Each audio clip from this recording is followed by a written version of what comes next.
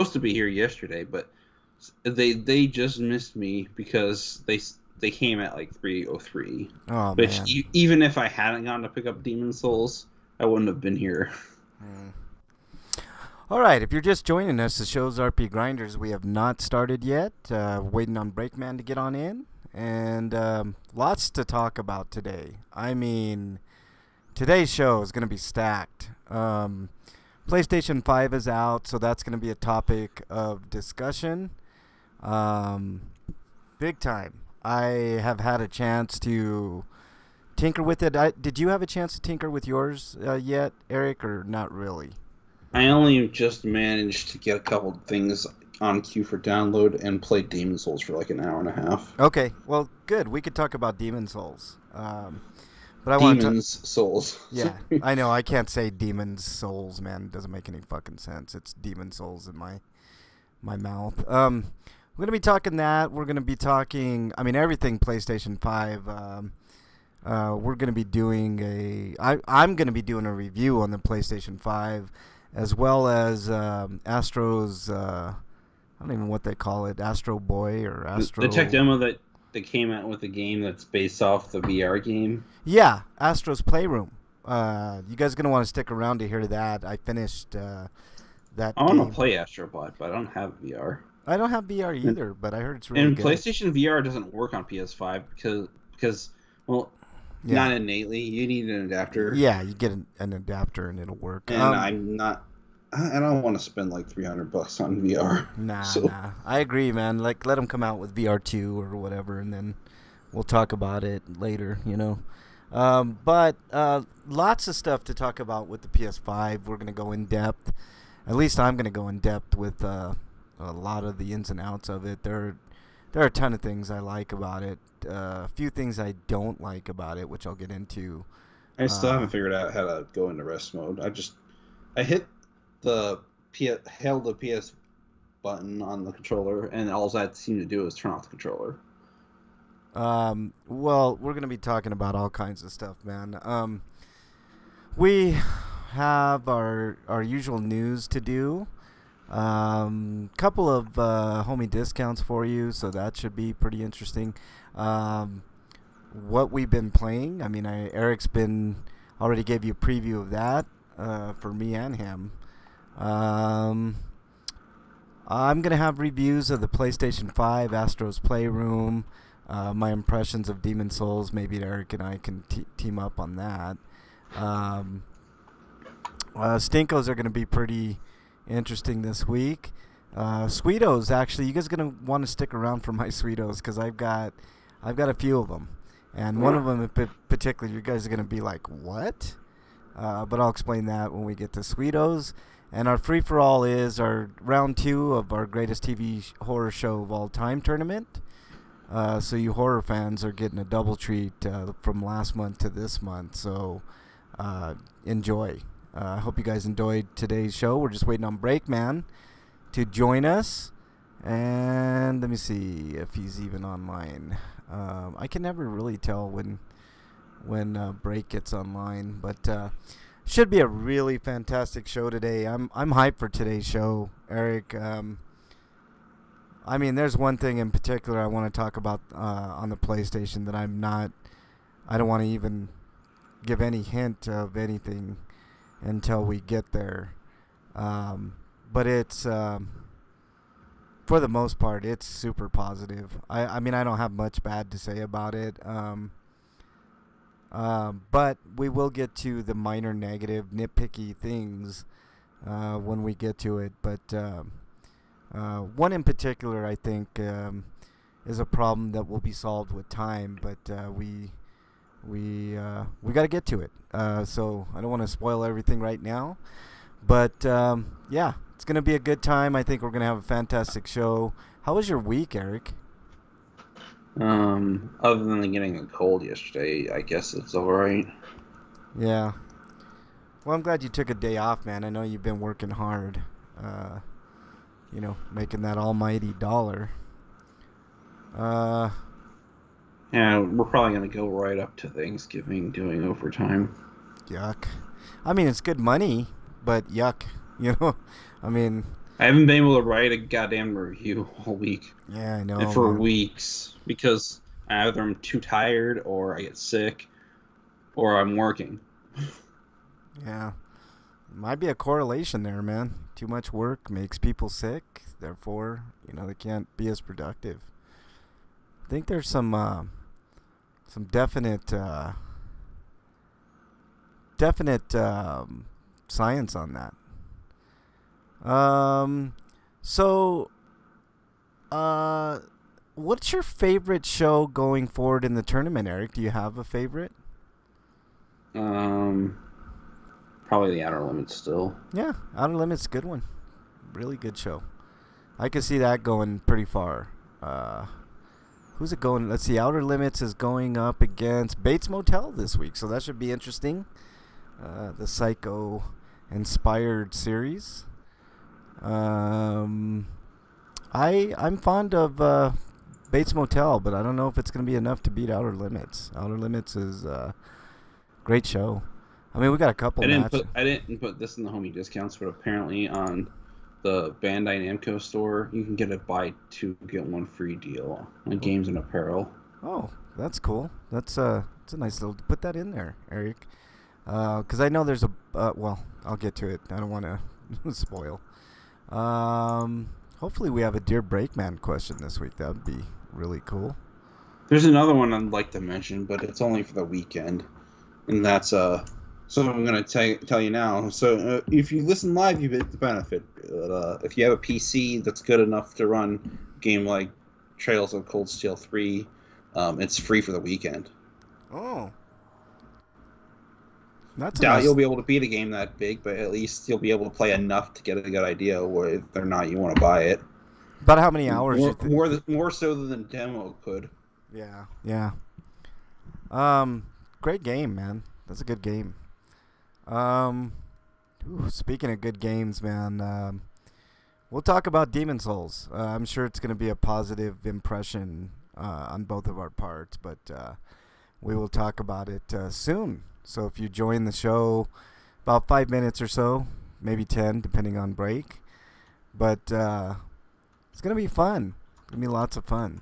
God, I wish Break could get a PS5, man. I mean, it's a game changer. I'll talk about why, and not just because I'm a Sony fanboy. That's not the case. Are we gonna talk about the possible problems the Xbox Series X might have? We can. I don't want to because I'm high on the Xbox as well. In reading everything that I've read, the only reason I didn't get an Xbox this year is because of no real. Because nobody can get one. Well, nobody could get one. And there's no real games to get for it. Yeah, that's the thing. It's the games. Do you want to buy Gears Tactics? No. But you could also play the Xbox One anyway. But I tell you, if they would have came out with Halo, I would have gotten an Xbox as well, Eric. To be honest with you, I'm not a huge Halo fan like Break is, but that would have been enough. Even one really good. I mean, I'm probably gonna get that game despite the games as a service model infecting it. Yeah. I know what you mean, man. I know what you mean. But I mean, it is what it is. I mean, we're living in a different age now, Eric. It's like we're now the get off my lawn guys. You know what I mean? Like I need to get myself one of those 3D stereo headsets, but I don't know which one would be the best. The Sony one, dude. I mean, I thought about that too. I was like, man, I really. It's like the Sony one or the Astro one. Yeah, I think I'm getting the Sony one. I mean, it just the aesthetics. It looks simple, but it also probably just a job. Yeah, no, it's. I've heard rave reviews, man. It's solid. It's really solid. So, I'm eventually gonna get one, but I just don't have the money. Because I could just skip getting a stereo if I just put that on, and I don't have to bother my tenants. Yeah, that's true too. I mean, it's a perfect solution for somebody in your living in an apartment or, I want it just so. And it's only $100, so I guess maybe next year I could pick one up. Yeah, I'm thinking the same thing, man. Maybe there'll be a sale. You know, that sometimes they'll drop it 79, or sometimes they'll give you like an extra, you know, gift certificate or some shit. So they might even have a Black Friday sale this year. So we'll see, man. It's gonna be interesting. It's not something that I need to buy right now anyway. So you know, I've got a surround sound and it sounds great. Um, you know, I'll be talking about, speaking of I sound. did pick a USB-C cable because the one they give you is just too tiny. I knew it Yeah, would be small, but I didn't know it would be that pathetic. that's why I got a charger and an extra dual sense, man. So I don't have to deal with that. You know, I just put on that charger and be done with it. You know, no biggie. Um, Man, we got lots to talk about. If you're just Well, joining, this show's I don't. RP. I usually don't have to do that because I could just when I'm done playing, I could just plug it in. But there might be cases I might want to turn the console off, and the charger would be helpful. So Yeah, yeah, I got the charger. The charger's nifty. I I'm gonna talked wait about for a it last sale week. for those. Yeah, I just have to have something like that, man. I don't know. It just works out better that way for me. If you're just joining, the show's RP Grinders. We have not started yet. We'll probably be starting a little bit late. I think break will be here sometime soon.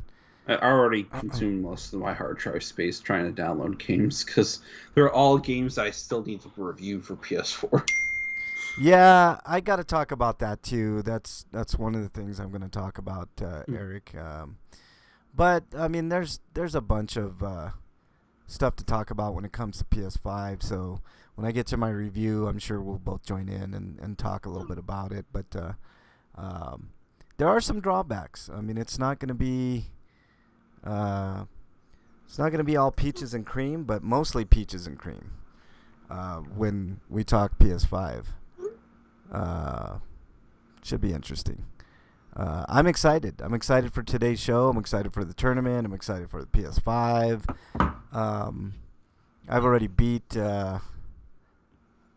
Astro's Playroom, so be talking about that. Let's see if we can get Break on in here. I think we can.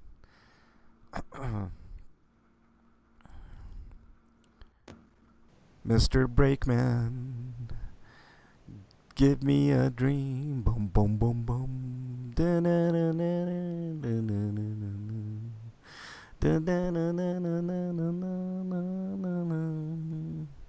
Yes. Calling you, Breakman. Come on. There's one thing I don't like about the PLA Station store. It's that it's kind of threadbare. You I could got. barely tell you can go into it. I'm gonna talk about that, Eric. We will save it for our review, I guess, of the PS5. I'm I gonna mean hang that it. makes for like no long ass load times like the PS4 store or the worse the PS3 store now. Yeah. But it's like I still can't have a hard time finding out where I need to go. Yeah, Eric, we'll talk about that, dude. That's something I definitely want to talk about. Hmm. Uh, let's see. Let's add Hmm. Breakman. Oh, If you're just joining us, the show's RP Grinders. We're trying to get Breakman on, and we haven't started the show proper yet.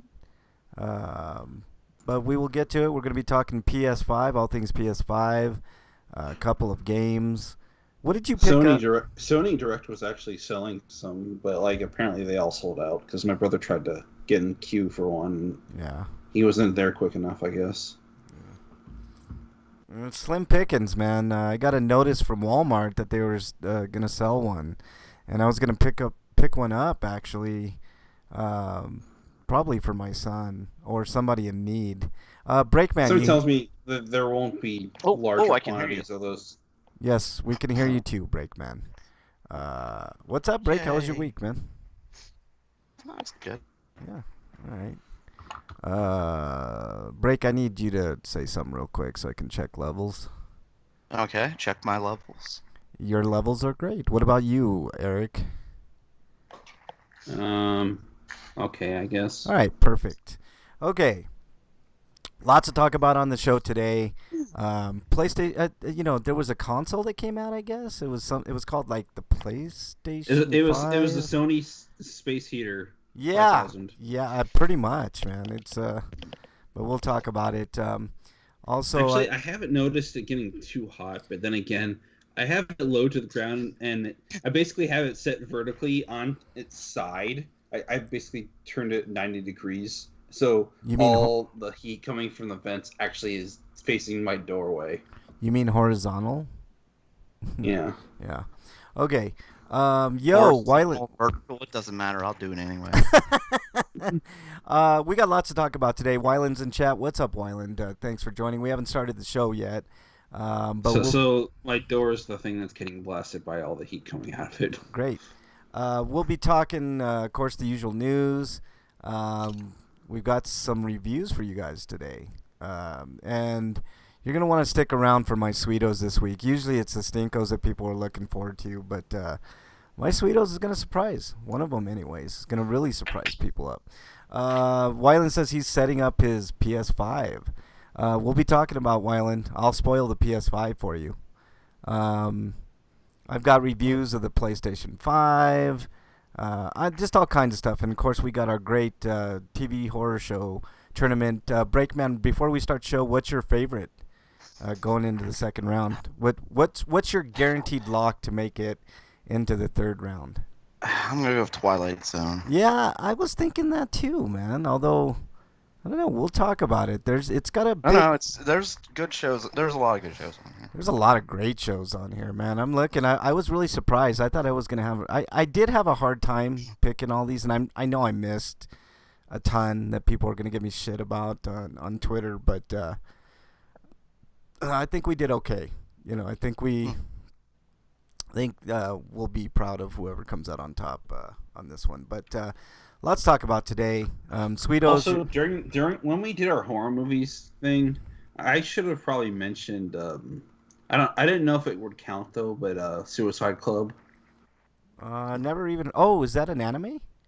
No, it's a movie, live action movie. Oh, I haven't Japanese seen it. movie. I haven't seen it, man. Probably it would have counted. I don't know if it would have ended up in the top 64, Eric, but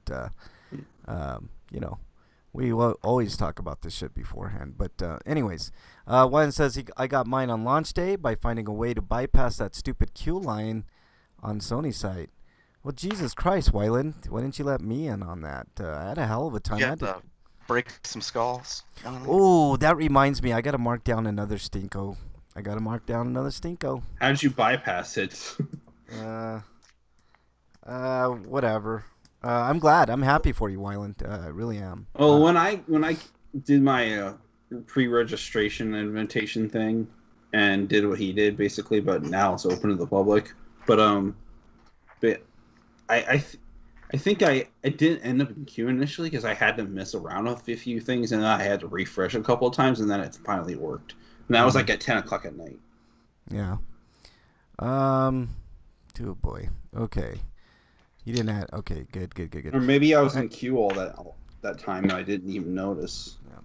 All right. You guys ready to rock? Yeah, I'm just loading my links now. Okay. I'll give you a minute. I got it to do a couple things here. Loading. Man, your Keep ass these is pages loading. Rawhide. Yeah, I couldn't think of anything good other than Rawhide. Yeah, Rawhide. It's gonna be a fun show today. I know it is, man. Like you know, Break. You get those like feelings, like either what good or bad. Either it's gonna be a good or bad show. Today's gonna be a good one, man. Hello, harmonica grinders. Already freak Ow, out. got my headset tangled up. Ow. Jesus. I saw that when you load the page, it redirected to the queue site, so I stopped the site from loading all the way before it hit the redirect. Well, right on, Wyland. Congrats, man. I'm glad you did that. Logged in and bought it. Right on. Let's see, we are on episode 617. Yes, sir. 617. We haven't started the show yet. Welcome, Freak, into chat. Welcome, Wyland. Let me see if anybody else in there. I think Lurks was in there as well. Yeah, Lurks is in there. Okay. I can't see if you're in chat. Give a shout out in the chat. I haven't I can hardly ever see who's in chat. It's weird, you know. Mm-hmm. So, whatever. It's gonna be a great show, I think. Got a few games installed. All right, man. Nice. I didn't get too much installed. I got Demon Souls installed, and I got Bard's Tale because I was playing that. And Do you want me to tell you a funny story about how Target delivered the PS5s to people? How did they deliver PS5s? In the box it came in, without a box protecting it at all. Wow, how weird. I guess they couldn't. They ran out of boxes big enough for it. Jesus. One says I have Street Fighter V installing now. Well, that's awesome. Maybe man. Target should have hired the boxing company that I work for to make boxes for them. Did they optimize that Street Fighter for the PS5, Wyland, or no? Or is it just you're hoping? I think it was already 60, so now it's probably just better load times. Yeah, probably. God, man, so much to talk about. Let's get this party started, guys. What do you say? You're a partier. Wait. Okay. All right, here we go.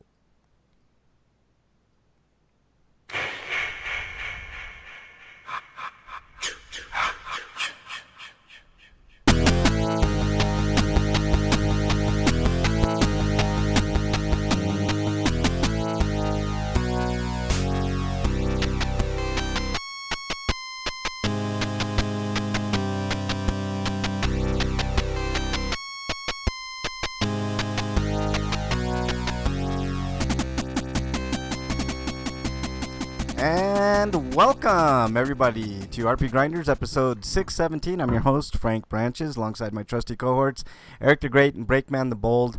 How's everybody doing on this lovely Friday the 13th? Breakman, how are you doing, man? I'm good. I'm not dead, and I haven't been killed by a serial killer yet. I mean, yeah. It's a good day, right? You got to watch out. Jason's out and about today. Yeah, and I can't be superstitious about it because I got sick yesterday. Yeah, exactly, man. Well, maybe it was just like leading on up to Friday the 13th. It was like, we'll get you early just to get you. Lots to talk about on today's I think in part because the weather shifted so rapidly. Yeah. In like 3 days time. Yeah. Wow, Breakman, that's awesome. It was like a 75-ish to 80, and then it went back down to 50, and now it's like the 30 to 50 range. Yeah, it's like 70 degrees here today. It was beautiful. All right, we got lots to get to today, including the news. We've got some homie discounts today. Breakman, do we have anything in your segment today? Maybe. Oh, I was having a good day, and then you brought it up. Well, I sent you something, man, at least. We've got, obviously, you guys know what Eric and I have been playing, but we'll be talking about that. We have reviews. We're going to be talking PS5. I think Eric and I will do an impression of Demon Souls. Eric's got a review of Ori, I believe. The Stinko this week are going to be pretty good, but you guys are going to want to stick around for the Sweetos I have this week, especially one in particular. And, of course, our tournament and our free-for-all continues this week, the greatest TV horror show of all time, round 2. We were just talking before we got on air of who we think is going to go on, who's a stone cold lock to move on today. And I think Break and I and Eric had a good one too. I think we're all going to be in agreement on. Oh yeah, those I have ones. another stinker I need to add real quick. Feel free. All right. So let's go ahead and get started with the news. Or that. What? You know, I was messing with all my my sound clips, and I switched those. So that's awesome. So here's the real news clip.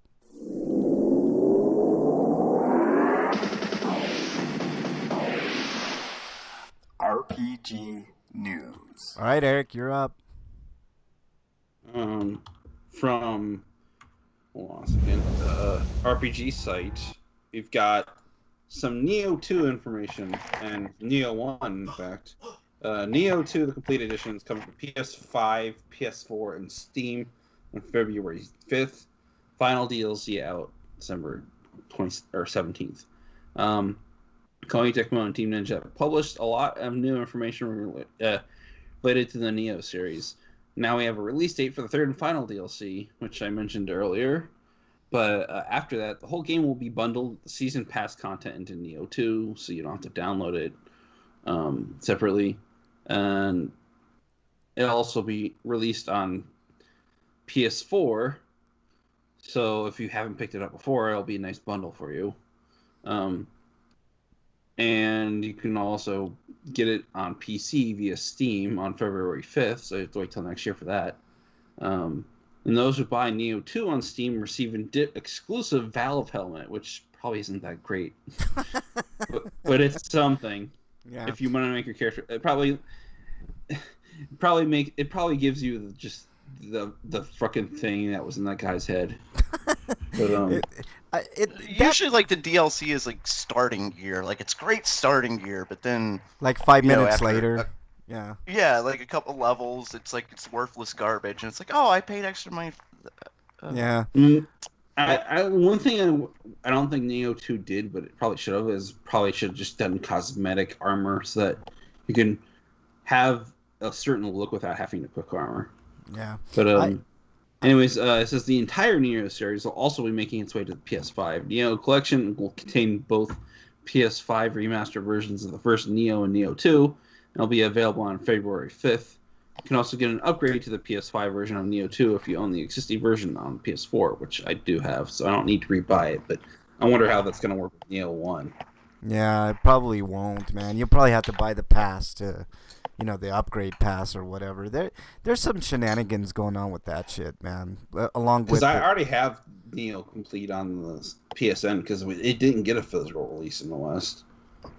Yeah, I do too. So I should be entitled to a free code for that game. Yeah, I agree. I already bought it. I agree. I have that game too, and I should get that upgrade too, but we'll see.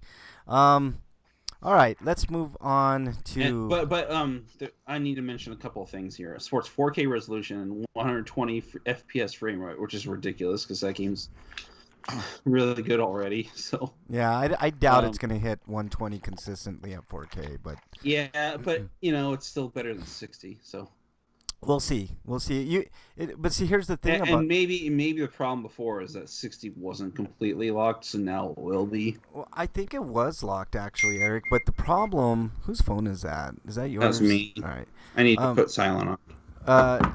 The thing about it is like if you're playing a game that's uncapped and it's supposedly 120, I doubt it's locked. And if it's not locked, then you're gonna have a lot of like frame rate issues just in the fact of going from 120 dipping down. Well, the thing is, 70. the game had a performance mode, and I think it did mostly 60. Yeah, no, I know it hit 60. I think I watched a Digital Foundry on that. But what I'm saying, Eric, is my point being, if you have a game that supposedly hits 120 and it's not consistent, if it's dropping down to 80, 70 at times, like that's a noticeable difference in the game. That's probably more for PCs than it will be for the console, but yeah. That will require a really expensive rig, though. But yeah. Improved graphics quality, faster load time, which is already a thing you can experience on the PS4 version now. Yeah. Just by virtue of it being on the PS5. But yeah. But I'm guessing they're improving it further. But anyways, supports PS5 activity feature, supports the DualSense's haptic feedback and adaptive trigger. So that'd be nice. We'll talk about that later, Eric, for sure. 3D audio, cross-platform matching with PS4 version players, so you can play with people from the other versions. And save data transfer, so you don't have to worry about having to start over. Yeah. Like certain other games. Yeah, Bernie's like in chat. Yakuza, I don't understand that. Why 4 saves won't convert to 5, the PS5 versions. All right, Eric. We've got to move on here, man. We're only on the second news story. Bernie's in chat. What's up, Bernie? All right, next story. Story. Now we're moving to the second one. Coming to us live from RPG site, Poison Control to release on April 13th in North America and April 16th in Europe. With a new character trailer included for people who can't see it, who are listening to this podcast. 2021 is going to be the most crowded gaming year. It is, man. It really, really is. Poison Control is an action shooter RPG where hell is created by the anxieties of people. In the game, the player character is joined by a being known as Poisonette as you run through the various Bell's hells. In these zones, you'll learn about the stories of the fallen girls' souls. So I'm interested in this game, man. It looks good. I really am. I just wish there was a PS5 version. I want to move on from the PS4 as quickly as possible, this man. is this current generation. Well, do we still call it next gen, the PS5 and Xbox? Yeah. No, it's now the current gen. It's current gen. It's current yeah. gen. Yeah. So I guess we call it PS4 last gen. Yeah, it's last gen, man. And like I said, I want to get because I'll talk about it later, but there's some downsides to the PS5 which I'll talk about later. But anything else on that break? No. All right, let's move on to Keylocker gets new trailer and dev diary. We've talked about this game. Oh shit, we've talked about this game before. So there's a new trailer. You can't really see it. I'm playing it on the thing now, the stream. The thingy thing. Yeah, the thing. And I think I've commented on this. I kind of like the art style. It's a real rudimentary, basic art style, but it looks interesting. It's a traditional, RPG. It says, but it doesn't look traditional to me. It looks like kind of like a little. I hate to say this, little Diablo. Freak says, "Hey Frank, next time you mail something to someone and address it to a fake name for plausible deniability, don't address it to the Twitter handle." Oh God, man, are people really gonna understand that, Freak? Just say thanks, man. How about that? Just say thanks. Jesus Christ, man. You do something You're about good. to drive to his home and reclaim your property. I should go all the way to Iowa and pick that shit right back up, man. Damn. I thought I was doing good, man. Like, who the fuck knows your Twitter handle? Jesus. I didn't want to put anything else like Joe Blow or something on there. Like, what is? I mean, there's like chances of shit happening to that. He says thanks. All right, Freak. Enjoy, man. Let me know what you think. Hey, that just means we should start calling him Freaky Jim. Let me know what you think, Freak. I don't know if you've had a chance to try it out, man. I am curious. I always like to know what other people think of my my gardening skills. So it'll treat you nice. I'll tell you. That's just it's the second best strain I got going right now. And the only reason I sent that is because it has CBD, and man, is it awesome for like pain relief and stuff like that. So enjoy, Freak. Let me know what you think, man. I'm genuinely curious, but there you go. So yeah, Keylocker. I'm not gonna play the video diary for you all, but I do like the art style of it. Not yet, either tonight or tomorrow. All right, Freak. That's kind of awesome. reminds me of Earthbound crossed with Mid-Boss, which is another game I've seen. Yeah, it looks good. I think you gave it to him. I think he should do it on the show. I agree. I think he should do it on the show. I think he should get on next week. Well, don't smoke at all. Just wait till next week and then get on with us and give us your impressions. That'd be awesome. Okay. I like the name of the developer / publisher, Monana. Yeah, I know, Munana. I thought that was cool. All right, Eric, you're up next. This is actually an exciting story for me, anyways. All right. Dungeons & Dragons Dark Alliance has got an update, and it's set to release in 2021 if there aren't delays. And Koch Media will be fully responsible for physical publishing activities around the world. And it's a spiritual successor to Baldur's Gate Dark Alliance games, which some of you may not know. They were basically like Diablo-likes.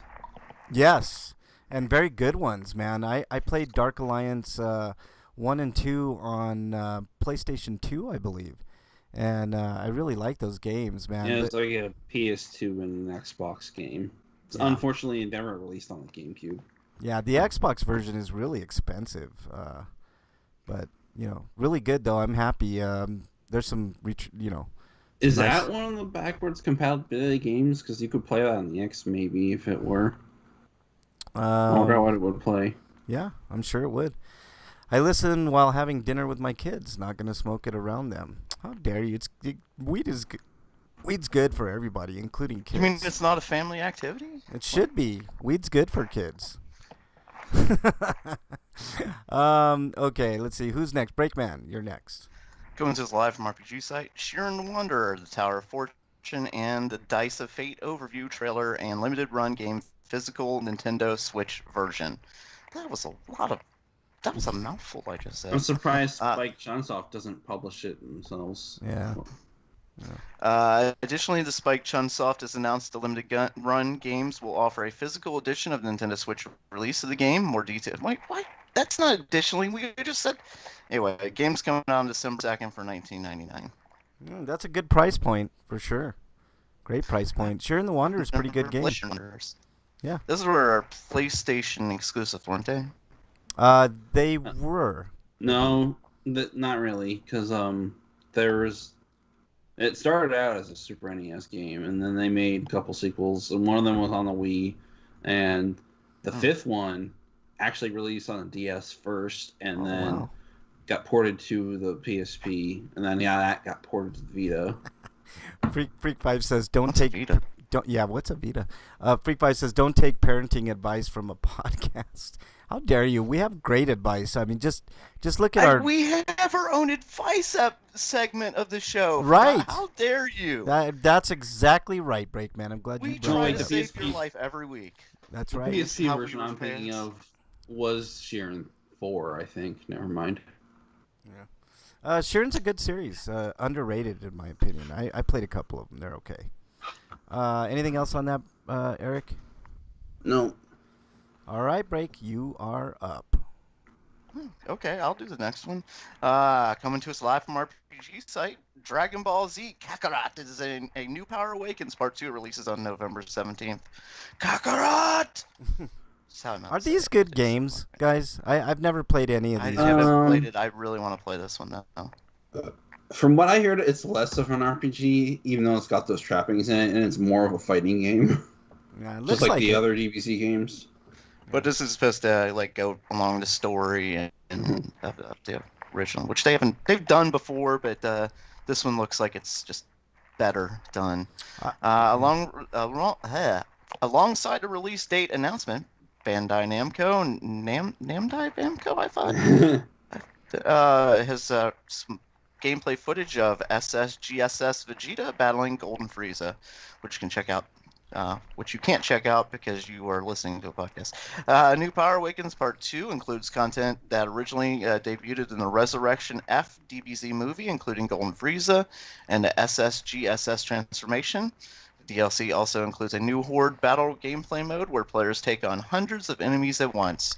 The DLC is available as a part of the game's $24.99 Season Pass. It should also be available for standalone purchase, bundled with a New Power Awakens Part 1. It looks good. I mean, it looks super pretty, and it does have some RPG I would shit. not be surprised instead of doing more DLC that covers the Universal Survival arc and the Tournament of Power arcs and the Goku Black arcs. They'll probably just release a standalone game that has more content in it. Yeah. Like I said, it looks really good. I shouldn't have played that trailer. Now I'm going to get... Because I don't think they have enough to do a full sequel. I'm going to get copyright strike from Bandai, but whatever. I'll deal with it. Oh, yeah. And this article doesn't mention it, but the game's also getting a Battle Royale mode. Oh, God. That's awful. It'd be one thing if we profited off of this, but that's... Come on. Yeah, I know. We like... Literally, you're getting free advertisement from us. Yeah, exactly. We should be charging you guys, because we have like hundreds of thousands of listeners and everything. It's like, right. Yeah, but I'm just saying, like every time I play a Namco Bandai, I fucking get this copyright strike. Freak says, like I've been, I've been sarcastic this whole episode, but I'm serious about that. That's some bullshit, I've been kind of waiting to get Kakarot until they do the inevitable PS5 and Xbox Series X versions. Yeah, that's a good idea, Eric, for sure. If you have a PS5, just wait. Freak says, I've started playing, and I agree with you, Breakman. Fuck them. I've started playing in a 5th edition D&D game on Roll20. I'm not a big fan of 5th edition, but it's growing on me. I looked at the rules of 5th edition, Freak. It looks kind of drastic from 4th. 4th was pretty drastic from 3rd, but it was at least they had the legacy of 3rd. 5th just, I don't know, it didn't seem like it'd be my my bag, I guess. But I mean, I got used to 4th. I probably could get used to 5th, but whatever. Okay, next story comes to us from RPGsite.net, and it is for free-to-play mobile RPG Konosuba, God's Blessing on this wonderful world. You got to say it like that because it's got an exclamation point. Fantastic days to release worldwide in 2021. So that's as much mention as I'm going to give it because they didn't give us... Freak says he's playing as a gnome barbarian. 5th edition barbarians get to add a constitution bonus to their armor class if they aren't wearing armor. So does that mean you go naked, you're like super buffed? Well, yeah, you're buffed like Conan. That's what it means. Like, so are you like loincloth naked or like naked? No, naked? Yeah, the like naked loincloth. is the armor. Well, you can wear clothes, I'm assuming. I mean, that would count. That's not as fun. Like, I want it like Beowulf. Like, he takes off everything and fights the monster with his wang hanging out. Like, fuck you, monster. Basically, they go naked and then they use ki to supplement their bodies so that they can protect themselves. And unencumbered. Wait a minute. Hold on a second. He says, I'm playing... Okay, I heard that. Gnome Barbarian, 5th edition barbarians get to add to their cons, like you said. But... This is what I take exception to. He says at 4th level, he's able to get a feat.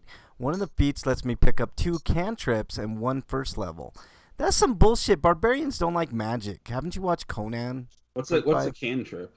It's like casting light or something. It's like a or sewing, like you could sew shit, or it's well, if you have a magical item, you don't necessarily need to, use magic yourself. Yeah, but we're talking about gnomes. Gnomes always complement their stuff with technology and magic. Fuck that. That's some bullshit right there, man. I call bullshit on that, Freak 5. Like, magic and barbarians don't go together, man. It's like I would agree, but we're talking about a gnome, and gnomes play by their own rules. I guess. I mean, how tall is your gnome? Like 2'2", Freak 5? Probably smaller than that. Probably like 1'6" or something. All right. A 0-level spell that you can cast many times as you want. Yeah, it's like I said. It's like like mending or the quick light spell. Yeah. Like if you need light. Don't get me wrong. I wasn't saying he's going out there and casting flare or some shit like that. Or magic missile. Although magic missile, I think, is a level 1, if I'm not mistaken. That'd be a wicked. Yeah, that's an easy spell I think. Yeah, right. that would be a wicked spell to get at level 1. All right. Let's see. It's Eric's turn. Okay, it's a story from RPG site, Konosuba RPG. Kama Sutra. On this...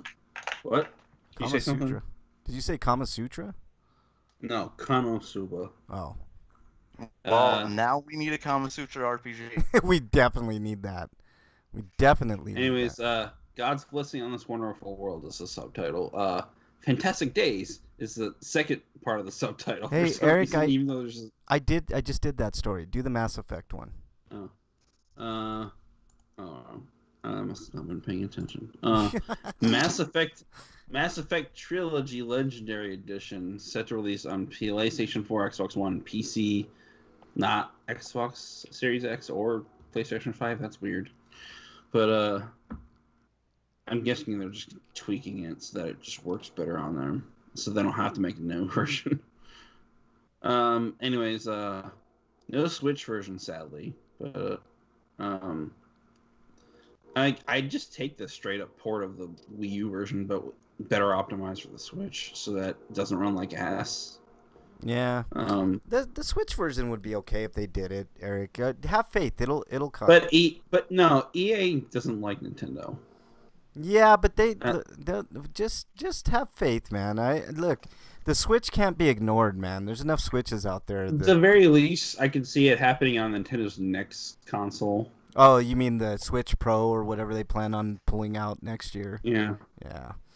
Freak says, I can't cast spells while raging. That's why my first level spell choice is Mage Armor.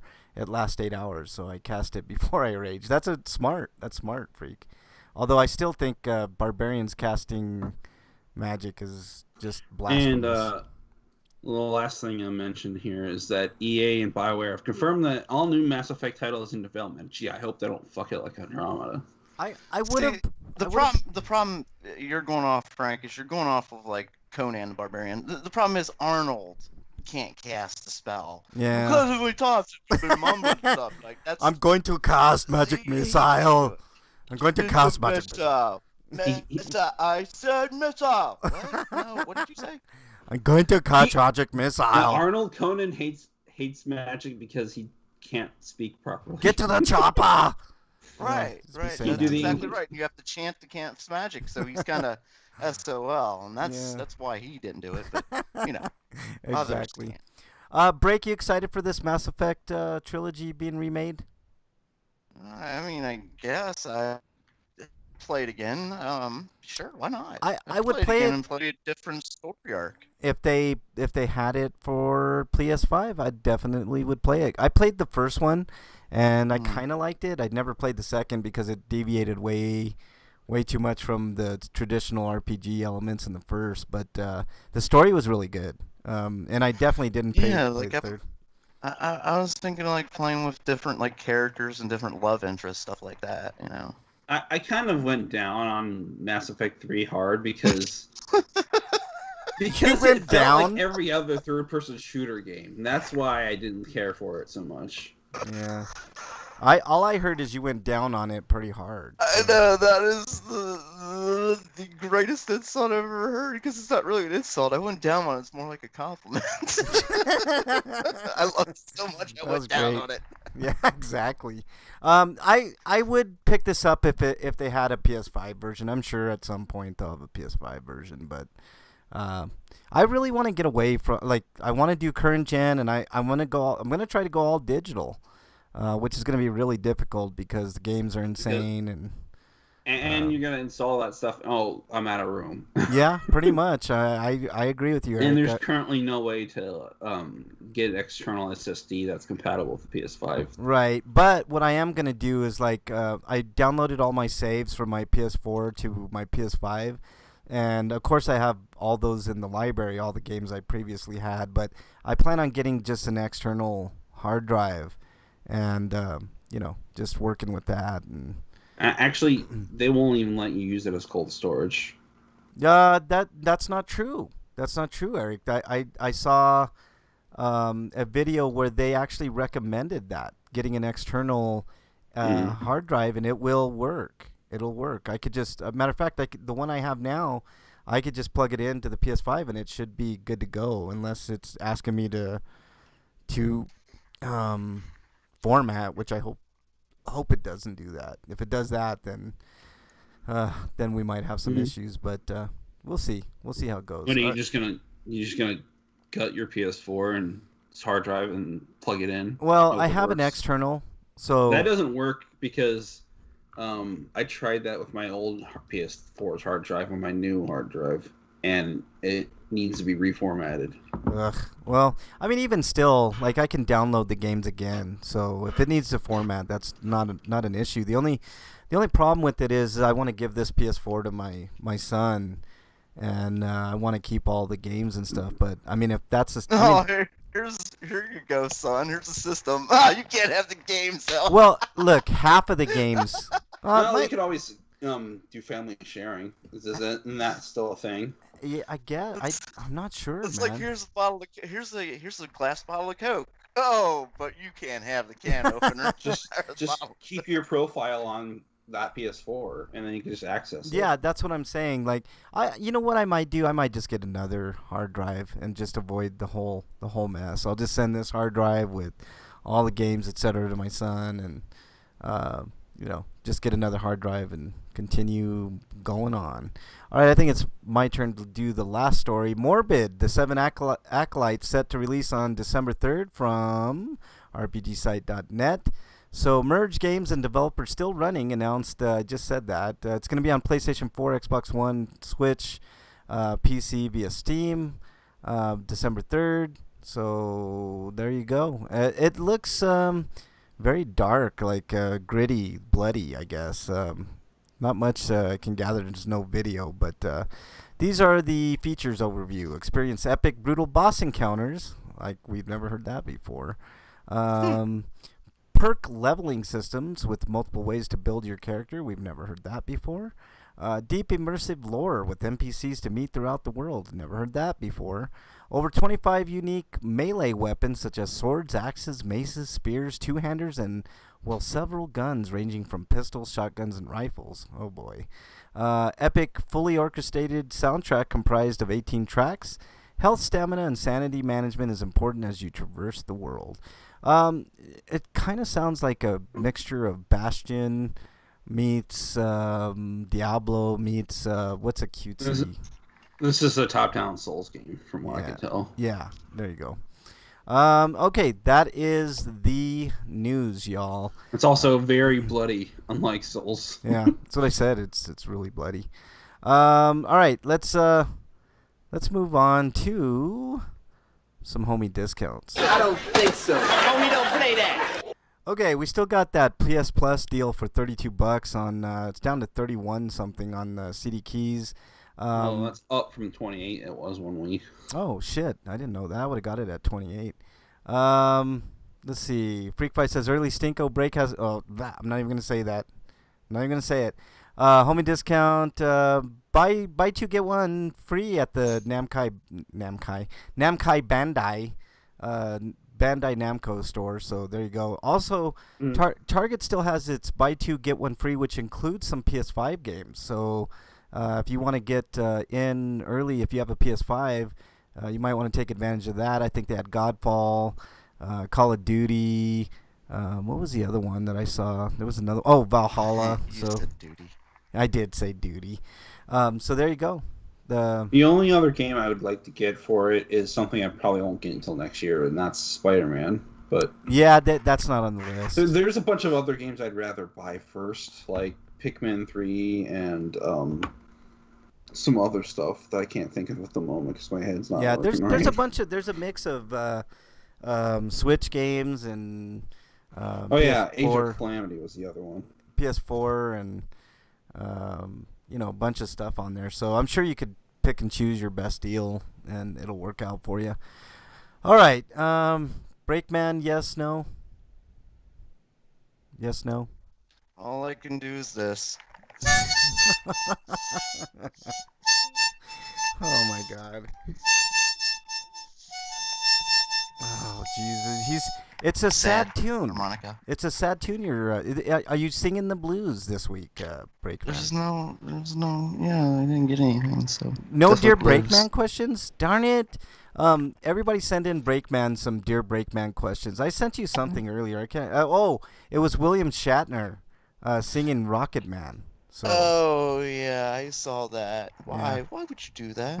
What's wrong? You know what? I saw a part of that break, and I was like, this might be worse than the Trump presidency, but barely, maybe. I don't know. It's kind of mixed, man.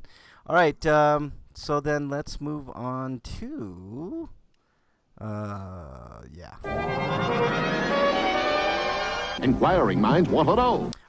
Freak says he sent a funny meme to you. Yeah, I got that. All right, I have no idea Definitely what got it was. that. I appreciate it. His funny meme is it's loading right at the moment. I don't know why you're loading, phone. Why are you doing this to me? All right. Well, you're waiting for that. Oh, it's the Cartman licking the tears of Trump supporters. Oh man, we've been having kind of fun with that break, man. I know you. Oh, I know I have. Yeah. Oh man. Yeah. I mean, they did that to us all 4 years ago, man. Up till now, just wailing on us, and it's like, you know what? I'm not even super happy for a Biden presidency, but to watch maggots like cry has been a wonderful thing, man. It's been awesome. I heard a story that like a neighbor or somebody's neighbor, they got a restraining order against the neighbor because they were a Biden supporter and the other one was a Trump supporter. Wow. Because they were Biden's. Yeah, because, nothing says because liberals really like to rub it in. That, well, unlike the other guys. Yeah, it's always the other side. I hate that so much. When I see people on both sides doing the same stuff, honestly. Yeah. I mean, nothing says like people going off the rails like Biden supporters. It's like, come on, man. I mean, it couldn't be anywhere near what Trump supporters have been putting everybody through the past 4 fucking years, man. Yeah, I've been Twitter slapped, I think, every day this last week. Yeah, Freak says, do you know why Trump went golfing after the election? Fuck. I mean, that leaves wide open for It's this coping mechanism for everything. It's like I feel like this is a joke. I'm trying to figure it out. Yeah, it is a joke. I'm sure Freak will tell us the punchline in a minute. No, I'm trying to figure the punchline before he gives it to us. Come on, let's do this. Yeah. We can do this. Here we go. Because the person with the lower score win. Hey, Break, what you been playing, man? Today is Friday the 13th, and I've actually been playing a lot of Friday the 13th. I'm gonna Awesome. play that later tonight. Yeah, right on, man. That's cool. I wish there was crossplay with that, like Xbox to PS5. There's a lot of things I wish the game had, Yeah. but because of stupid lawsuits and shit, it'll never happen. I mean, they had so many plans for that game, Break, man. It could have been a thing of beauty, man. It really could have. It's decent, but it could have been so much better. It's fun, but very repetitive because of how limited it is. Yeah. Very limited. But as you said, they had plans that they just couldn't go through with. I wish they would have did a campaign with that game. That would have been pretty awesome. What I was thinking is, why don't they can't do anything with Friday the 13th, but why don't they make like their own like serial killer hunting game? Or why don't they get a different license like Halloween? Who wouldn't want to see that? Or Texas Chainsaw, or or Hellraiser. How about a Hellraiser?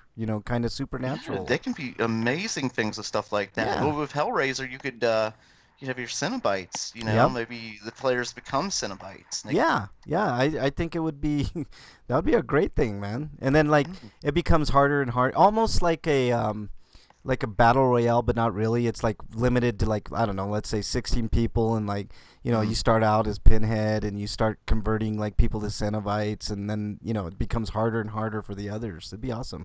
Freakfy says Leprechaun. Why not? I'd play the shit out of a Leprechaun as long as they had a Leprechaun in space map. That would be awesome. Yeah. And bring I was reading about plans. They actually planned the space map for Jason. I know that was such a disappointing thing, man. I wish they would have did that, man. Fuck, that would have been awesome. What else you been playing? Well, I've also been playing Doom Eternal, just a little bit because I've been playing Friday the 13th, but not, when I have a chance. Been busy, and then playing on the Switch. I'd love to Switch. Yeah. Bertie says I have to listen on YouTube. I can't get Twitch to work. That's fine. I got the Twitch chat open too, Bernie. So you're more than welcome to get on in there. The Switch screen is the most gorgeous screen I think I've ever owned. It's really nice, man. It's really, really nice. Do you have a Switch or a Switch Lite? Switch Lite. Yeah. Oh, it's so beautiful. I love it so much. It is. It's I beat the Mario Deluxe, and I actually have a question for Eric. Fine, I'll leave. What? I said fine, I'll leave. You have a question for Eric? Well, no, you can just take your pants off and sit in the corner. Craig never beat the game, and that's why he's sore. Poor Frank. Yeah. So I beat it, and I know that I cleared out the first stage, the acorn stages. I had all the star coins, and I went to the star area and tried to open it, and it showed this other, another set of star coins for each world. What the hell is that? I don't know, because I didn't even step a foot into the Star World. I might have had the answer to that, but somebody didn't ask me, so I'll just... Well, it's each stage has a little picture next to it to show you what kind of stage it is. Yeah. And this one has a picture of a squid next to it. And I'm like, what the fuck is that supposed to mean? Yep, someone... Okay, Frank, go ahead. No, I might have had the answer. No, it's too late, Frank. You said you knew, and now I want to know. I might have had the answer, but no, you wanted Eric. You know what you're gonna get, Frank? Then again, my experience with Frank's experience with the game is limited only to the time he spent when he rented it from Redbox, when Redbox actually still did games. How dare you, Eric? How dare you? How dare you? And I remember hearing it. You had to take it back, and you didn't finish the game. So did you buy it at some point? No, I did not, Eric. But I happen to be aficionado on all things gaming. So, I had So the answer. you watched YouTube videos. I I had the answer, but Breakman didn't want my answer, so I'm offended, and I'm gonna be offended for the rest of the show. So The only thing I can think of is Not you much have to get even more star coins after you beat the game. That's the only thing I can think of. Yeah, I saw that each stage you have to get all the star coins just to get the open up the map and shit. But I knew I had all of them complete on the acorn stages, so I went in there and I'm like, wait a minute, they've added what the hell is this shit? I don't know what the fuck this is. So I'm gonna Google it. hey I don't know Breakman, how if I care that much. do you I want? think it's how you open the special world. After you get all the star coins with the star world, then you have to beat the star world, and then you get more sets of coins to play the special world or something. It won't let you in the Star World. That's what I'm saying. Like after I beat the game, it added like these. Each stage added a new section of star coins, or three new star coins, basically. I don't know. I guess you have to get more. Yeah. Yeah, I don't know where the hell to go to get them. Hey, Breakman, do you want the truth? I thought you weren't talking to me, Frank. I'm just asking. Do you want the truth? I'm trying to have a conversation with Eric. I'm just saying. Do you want the truth, Breakman? Fine. You can't handle the truth, Breakman. You can't. All right. No, I wouldn't know the first thing to tell you. Yeah, I'm gonna have to Google it. I was just like, it's kind of weird because I was just irritated because I'll just go do this real quick and then wait, what's this? Okay. Yeah. Anyway, it's starting to get really stale, the formula. Yeah. They need to shake it up a little bit for sure. But it's nice. I guess for me, a lot of the power ups were really weak in that game. I mean, the main power up is a fucking flying squirrel. Yeah. God damn it! I mean, squirrels are such devious little assholes. They even lie about flying because they don't actually fly; they glide. They're pieces of shit. I feel like the Super Crown was a way for one character to have something that's better than that fucking acorn power up. That's true. Yeah, you become super strong with her. Like you glide with that little umbrella and just like oh, this is suddenly easier. I haven't tried the Nabbit though. Yeah, I think they nerfed Nabbit from Super Luigi U because apparently in the Wii U version of the game he was invincible. Oh Jesus! Yeah, it says it's an easier mode than the Toadette mode, so I'm like, I might try it. All right, I think maybe instead of invincible though they nerfed it so that he takes more hits. Yeah. All right, Break. Anything else you've been playing? A little bit of Mario 35, not much though. Yeah, no, that's it. Okay, Eric, what you been playing, man? I've been playing more Ori and the Will of the Wisp. I finished that, so I'll have a review for later. I played Hollow Knight because it was on PS Plus, and I'm nearly done with that. Holy fuck! I am not doing the Godseer content because that's for masochists. That game is fucking rough, man. It's hard. Holy hell, that game is hard. I tried playing that game, and I got about maybe a quarter of the way into it, and I was like, "Fuck this game, man." It's like Souls. It's like a cute Souls game, is what it is, man. It's. And then I also played Batbarian, which is a game about a barbarian who gets stuck in a cave with his little luminescent bat friend, and you have to use him to. You basically throw a limited number of fruits that like the bat goes towards because it likes the fruit, and it basically becomes your source of light, so it lets you scout ahead. And he fights with claws, so you can kill monsters that way. And it's got like RPG elements. The awareness stat actually increases the radius of the. It doesn't increase the radius of the light source, but it does make the light source that you can see in easier. Although in certain rooms are darker than others, so you have to keep raising it. Yeah. But then there's HP, and then there's defense. And then there's strength, or not HP, just strength and defense. But and then there's a bunch of power ups like a good Metroidvania has. Speaking of barbarians, huh? All right, so what else you been playing, Eric? Demon Souls. All right. Which I guess you can talk about that now.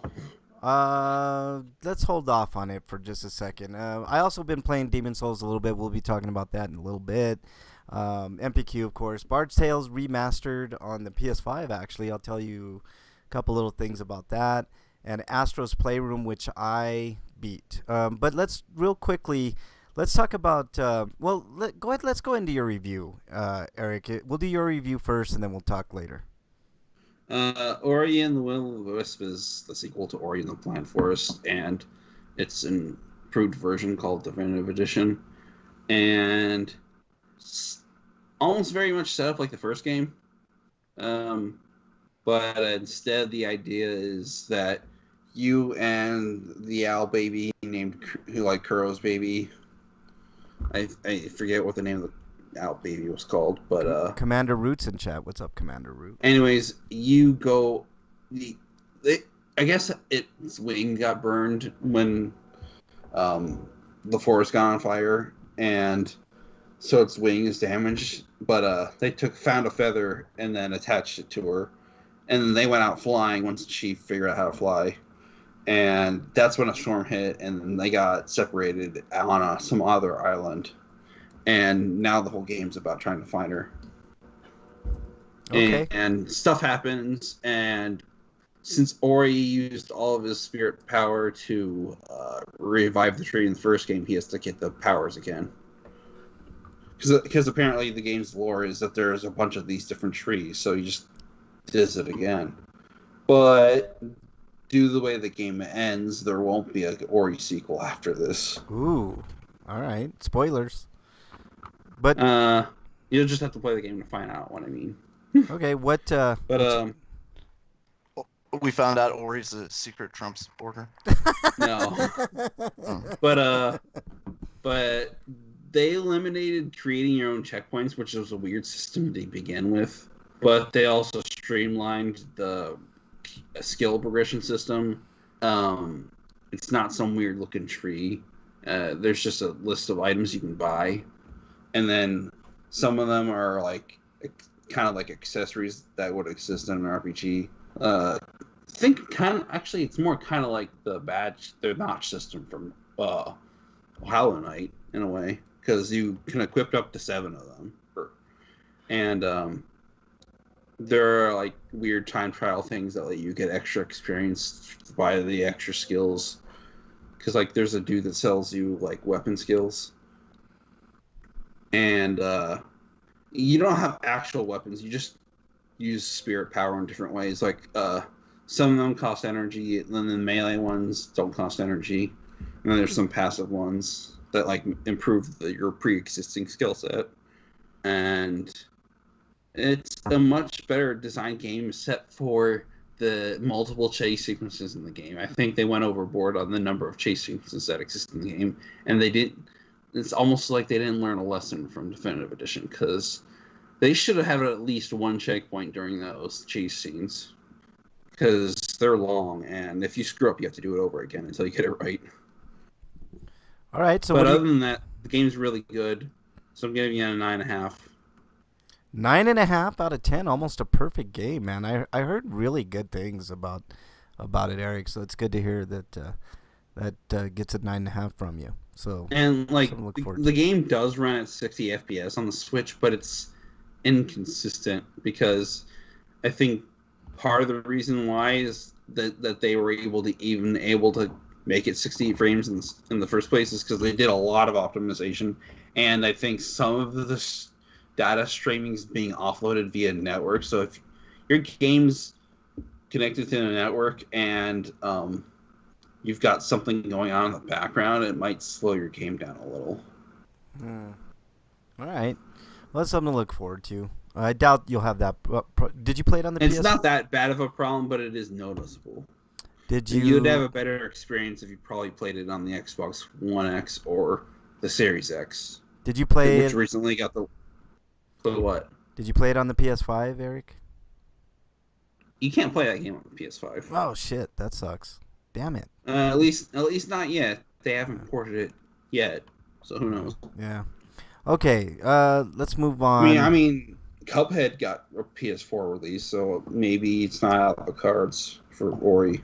All right. I have a real quick. It's going to tie into my PS5 review, but I'm going to review Astro's Playroom. I played and beat that game. It's a fairly lengthy kind of tech demo for the PS5, and more specifically for the DualSense controller. Breakman, I'm going to tell you something right now, Breakman. You're going to want to get a PS5, dude. That controller is fucking transformative, dude. It's the biggest leap in next generation tech of any console I think I've ever experienced, other than the first DualShock controller. It is there is room for improvement. That D-pad's gross. Okay, that design needs D-pad to go. aside, let me let me finish. It's not that bad. Actually, it's better. Eric poo-pooing on everything. No, Rick I know, just said. I know, and I'm here to tell you No, that. it's just that Eric, hold on. Can I it's just finish? that I never understood why they made the cross pad and kept it as a feature for as long as they have. Okay, let me finish here. The D-pad is the weakest thing of that DualSense controller, but it's not that weak. It's definitely stronger than the previous D-pad. And I get, yes, it is more responsive, but I just don't like the way that the crosspad feels. I think it feels much better on the DualSense than it did on the whatever they call it, DualShock. I think making it smoother probably helped. All right, I'll wait till you're done, Eric. I'll just wait till you're done. Yeah, I just want to get one more thing in. I think scuff gamepads might fix that issue in the future. So they have a gamepad that's probably more like the Xbox Series X, which is supposedly really good. I was gonna say the only thing that the Xbox controller, because from what I can tell, there's not many improvements on the X controller or the Series X controller from the previous generation. But the one thing that does have is the better, more elite controller D-pad than this DualSense does. But to be honest with you, it feels okay. It's not the greatest thing in the world to have that cross, kind of setup there. But everything else about the DualSense controller will absolutely shock you if you play it. It is transformative. I kid you not. I was skeptical. I didn't understand the hype, but after playing Astro's Playroom, the included game that comes with the PS5, it is transformative. I can see just how eloquent. Can you describe it instead of just repeating the same thing over and over again? Yeah, this kind of sounds like the time you discovered toilet paper. Okay, right, Eric, can you let me finish before you start in criticizing? Can you stop being long-winded? Okay, I tell you what. Why don't you do the review, Eric? Do the review. You're up, Eric. Feel free. Go ahead, Eric. I'm waiting. No. Let me review it then. PS5 controller. It's okay. It's a controller. All right. If Never Eric will let me touched speak, I'll continue. Well, now I'm not letting you speak. Okay. Here's the deal with this controller. They call it haptic feedback, but let's be real. It's a different way of vibrating the controller. All right. They have something else called adaptive triggers, which provides a tension that you don't feel on any other controller, whether it's Xbox, it's the previous PlayStation, Nintendo.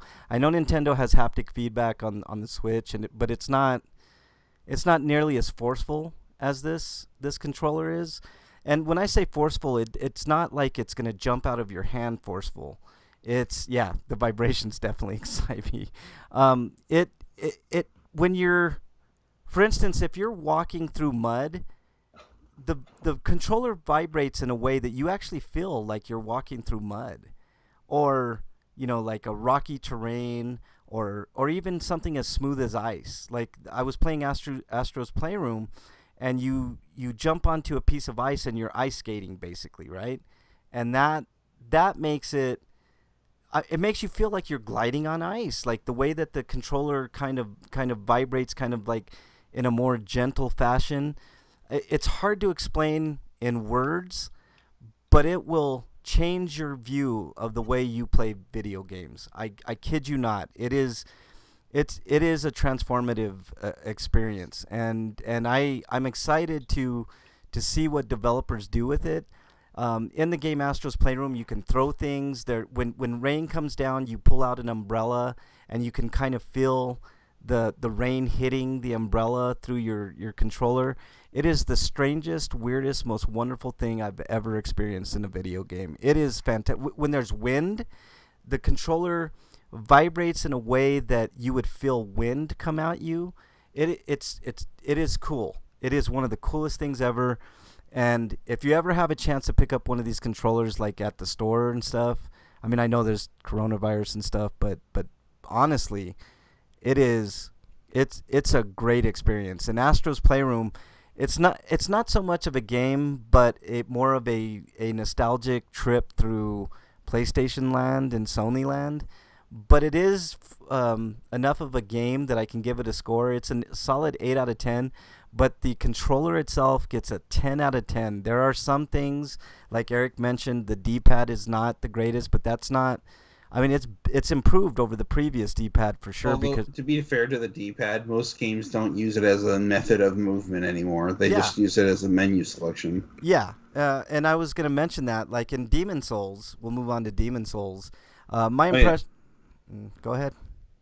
I just wanted to mention back on, like, when I was playing Demon Souls, like, if you're in an area where enemies are throwing firebombs at you and there's, like, a wall you can hide behind, you can feel the explosion. Like, I mean, that would exist in a previous Souls game, but you can feel how it would actually affect you if you were standing there. Right, and that's the thing. And then there's, like, issues like, I picked Royal as my character, so the first spell you get with that character class is the Soul Arrow. And when you do Soul Arrow, you can feel it charging up and then it releasing, and if you try to spam it, it will stall on you. Yeah. It's hard to explain into words how much that controller, like, adds to the experience of playing a video game. It's insane. The PS5 itself, there are some issues that I have with it. Eric, before we got on the air, mentioned something. The store needs some work. The PlayStation Store was great before because they would, like, categorize things and like deals, like you could see the different deals. Here they just throw everything into one thing. There's no way of really sorting like the deals from the non-deals, and I'm sure that'll change with different iterations, but also it feels like you're not even going to a storefront so much as you're pulling up like a DVD menu. Yeah, that's another good point, Eric. I was going to bring that up too. I can't even tell I went into the store sometimes. Yeah, it is. It's kind of weird. And the way you turn off the PlayStation 5 is different than the PlayStation 4. With the PlayStation 4... How do you turn it off, by the way? Okay, I didn't hold figure on. that out before we had to if go you on. just let me tell you, and I'll tell you.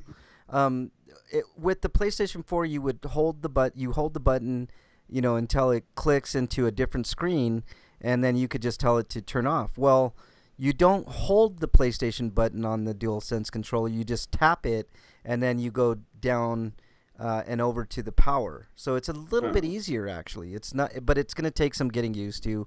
As far as the hardware goes, I did have a problem with Demon Souls. I installed it, and when I installed it, it wouldn't load up. So I was like, man, what the hell's going on? So all I did was delete it, reinstall it, and it worked. It just sucks because it's like 50 gigs of that I shouldn't have had. I didn't have to do that. Yeah, so. I did. And Astro's... Do you think that was like UI related? Like, I think maybe a firmware update could fix it? Yeah, I really do, because even Sony sent me a message. I see you had a problem. Would you mind sending us, the details? And I went and did that. So that gives me the impression that they'll patch it out and it'll be done. But that was one little thing. Also, Astro's Playroom hung up on me once. Just hung up. So I don't know what that was. Probably just some weird glitch or something. But so there are some beginning issues which I'm sure will be patched up soon. But that's the problem with adapting something day one. You have to deal with all that bullshit. So, but the PlayStation 5 is enormous. We're the unpaid beta testers. What's that? We're the unpaid final beta testers. Yeah, pretty much. Early adopters get screwed. Yeah, That's why I like to not early adopt. Yeah, I know. But This is why I'm sitting on the Xbox Series X. I'm actually gonna take the money I put out that I was gonna try to spend to get one this week, and just get it next year. yeah. But yeah, I'm not getting the Xbox till next year just because Halo got pushed back. Otherwise, I would have been first on that bandwagon too. But overall, the PlayStation 5, it really based solely on the controller, is a transformative experience. It will change the way that you look at video games forevermore. I'm really surprised Xbox didn't go with a different controller this generation, but I'm sure they'll nip that in the butt next gen or even mid gen with the new Xbox. But so far the controller's a solid 10 out of 10 for me. It's just way too big, and I don't understand why it's so big. I know people were saying it's because of the heat thing, which is another thing. It's quiet. Like my PlayStation 4 is like a jet engine in this room, but the PlayStation 5 is, I mean, you don't even notice it. I mean, it was strange for such a big device. It is, I mean, I guess that's the reason why they made it so big, is so they could cool it better. But holy shit, is it quiet.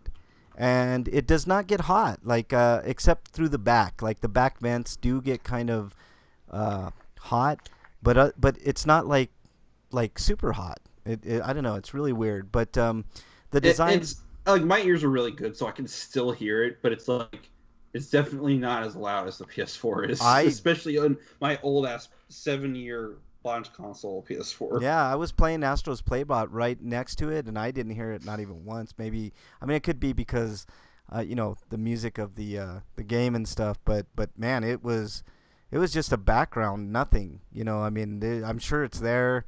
I'm sure if you took like a spectrometer, it's about as loud as my PC is, which is not very loud at all. Yeah, it's not. It's really good. It's a fine piece of equipment, and hopefully it holds up and it has some patches, soon. But overall, the experience has been really, really good. The other drawback too is the hard drive is small, so with games being like 100 gig, only 825 gigs. Yeah, and of that you only get like 600 and some, I think 625 or something. So just over. No, it is a gig, but they put 825 because Eric, that's what's left after formatting. Eric, when I went into the storage, right when I booted it up, it had just after I installed Demon Souls, which I believe is 50, and Bard's Tale, which is not that much, it had it's actually like 55-ish. Yeah, like 55. It only had 625. So there's like operating system usage and other things. It's not a gig. It's okay. So I think there's 3 partitions. It's a 1 terabyte drive, but it's like some of that has already been allocated, and then you cut that down further after you format it. I don't think it's a gig. I think it's 885, or I don't think it's a terabyte. I think it's 885 gig, and it's partitioned down for the operating system, etc. So you're getting like probably 700, 725, somewhere in there of storage space. So it's not that big, and that's kind of a problem. But it also kind of sucks because you can't upgrade it because it's integrated into the motherboard. So yeah, you're going to have to get an external. They do have ports for it, and they're working on that. So I know that'll be out soon. I just hope it's not super, super expensive. But if you buy the Sony brand, it will be. Yeah, I'm not gonna buy the Sony brand. That's the thing, man. I know their spiel. So if I have to wait, I'll just uninstall games and install other games. Yeah, I mean that's what you probably should do, anyways, because like hard drive is actually kind of funny once you start filling it up almost to capacity. Yeah. So as of right now, I'm giving the PlayStation 5 a solid 9 out of 10. Could be better.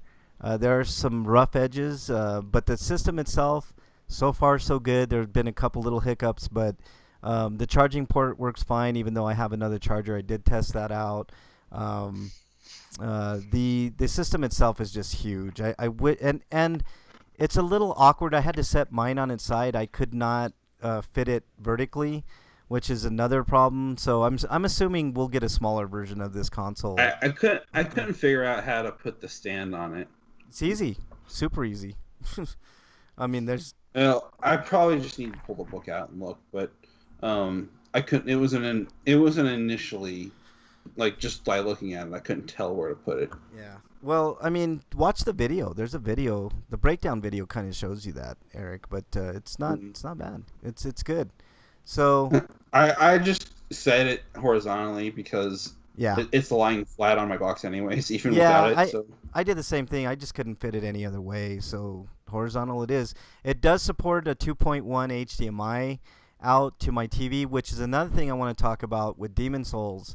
The frame rate is transformative as well, and the loading times. What are loading times? Like it's getting as close to like almost no loading times as you can possibly get, and I can see that only getting better in the future, even this generation. So it's gonna be awesome, and I'm super excited. I'm also excited for the Xbox and some of the stuff they got coming out next year. So I mean, this generation of consoles is gonna be pretty awesome, especially on the PS5 I did like side. it in the character creation tool for Demon Souls that Type A was immediately the female body type. Yeah, It's like, yeah, you put women first. Yeah. Oh, and one more thing I want to talk about. Sony did something really cool. I don't know if this is their response to Xbox Game Pass, but out of the from the jump, you got access. If you're a PlayStation Plus member, you have access to I think like 20 games. So you can play Uncharted 18. 4.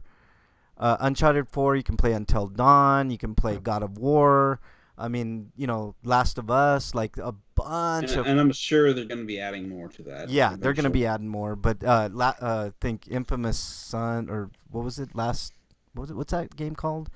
I don't know. Second Son. Yeah, Infamous... I'm surprised First Light wasn't one of them either. Yeah, so there's just a bunch of games that you can play for free if you have PlayStation Plus, which is a nice little touch.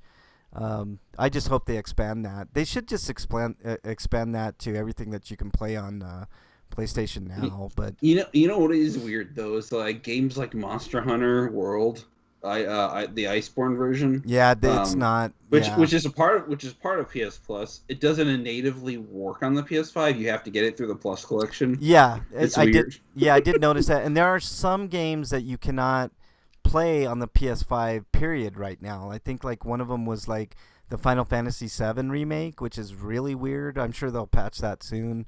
But yeah, it's just a bunch of cool things about the PlayStation. I can't say enough about it. I'm really happy with it so far, especially that controller. That controller is, I mean, other than the color, I don't like the white-black scheme, but I'm sure they'll come out with different colors, et cetera, and all's well will, And also, you can take off the... I'm gonna finally start to play 15 because it's on a console with a better frame rate. Yeah, the frame rate's gonna be better. Yeah, I agree with you, Eric. That's why I stopped playing that game, man. The frame rate was pretty awful, man. It was skipping frames quite a bit. So it wasn't awful, but it was like this could be better. Yeah, I didn't like it. That's why I stopped playing that game. I didn't mind it was 30, but it was an inconsistent 30. So yeah, and that's another thing. Demon Souls plays at 60 frames per second. It's not even using haptic feedback, but what Eric said was true. Like it's just a different feel to the controller. So even developers that don't fully utilize haptic feedback are going to have a lot of power at their hands and a lot of different techniques that they can use. So we got to move on. Break, did you have any reviews? All right, let's move on to everybody's favorite segment. Sorry for the long-windedness on that. I'm just super excited for it. What is it? Stinko of the week. All right, Breakman. There's about 1 billion, but I've narrowed it down to just a few. Okay. A few months ago,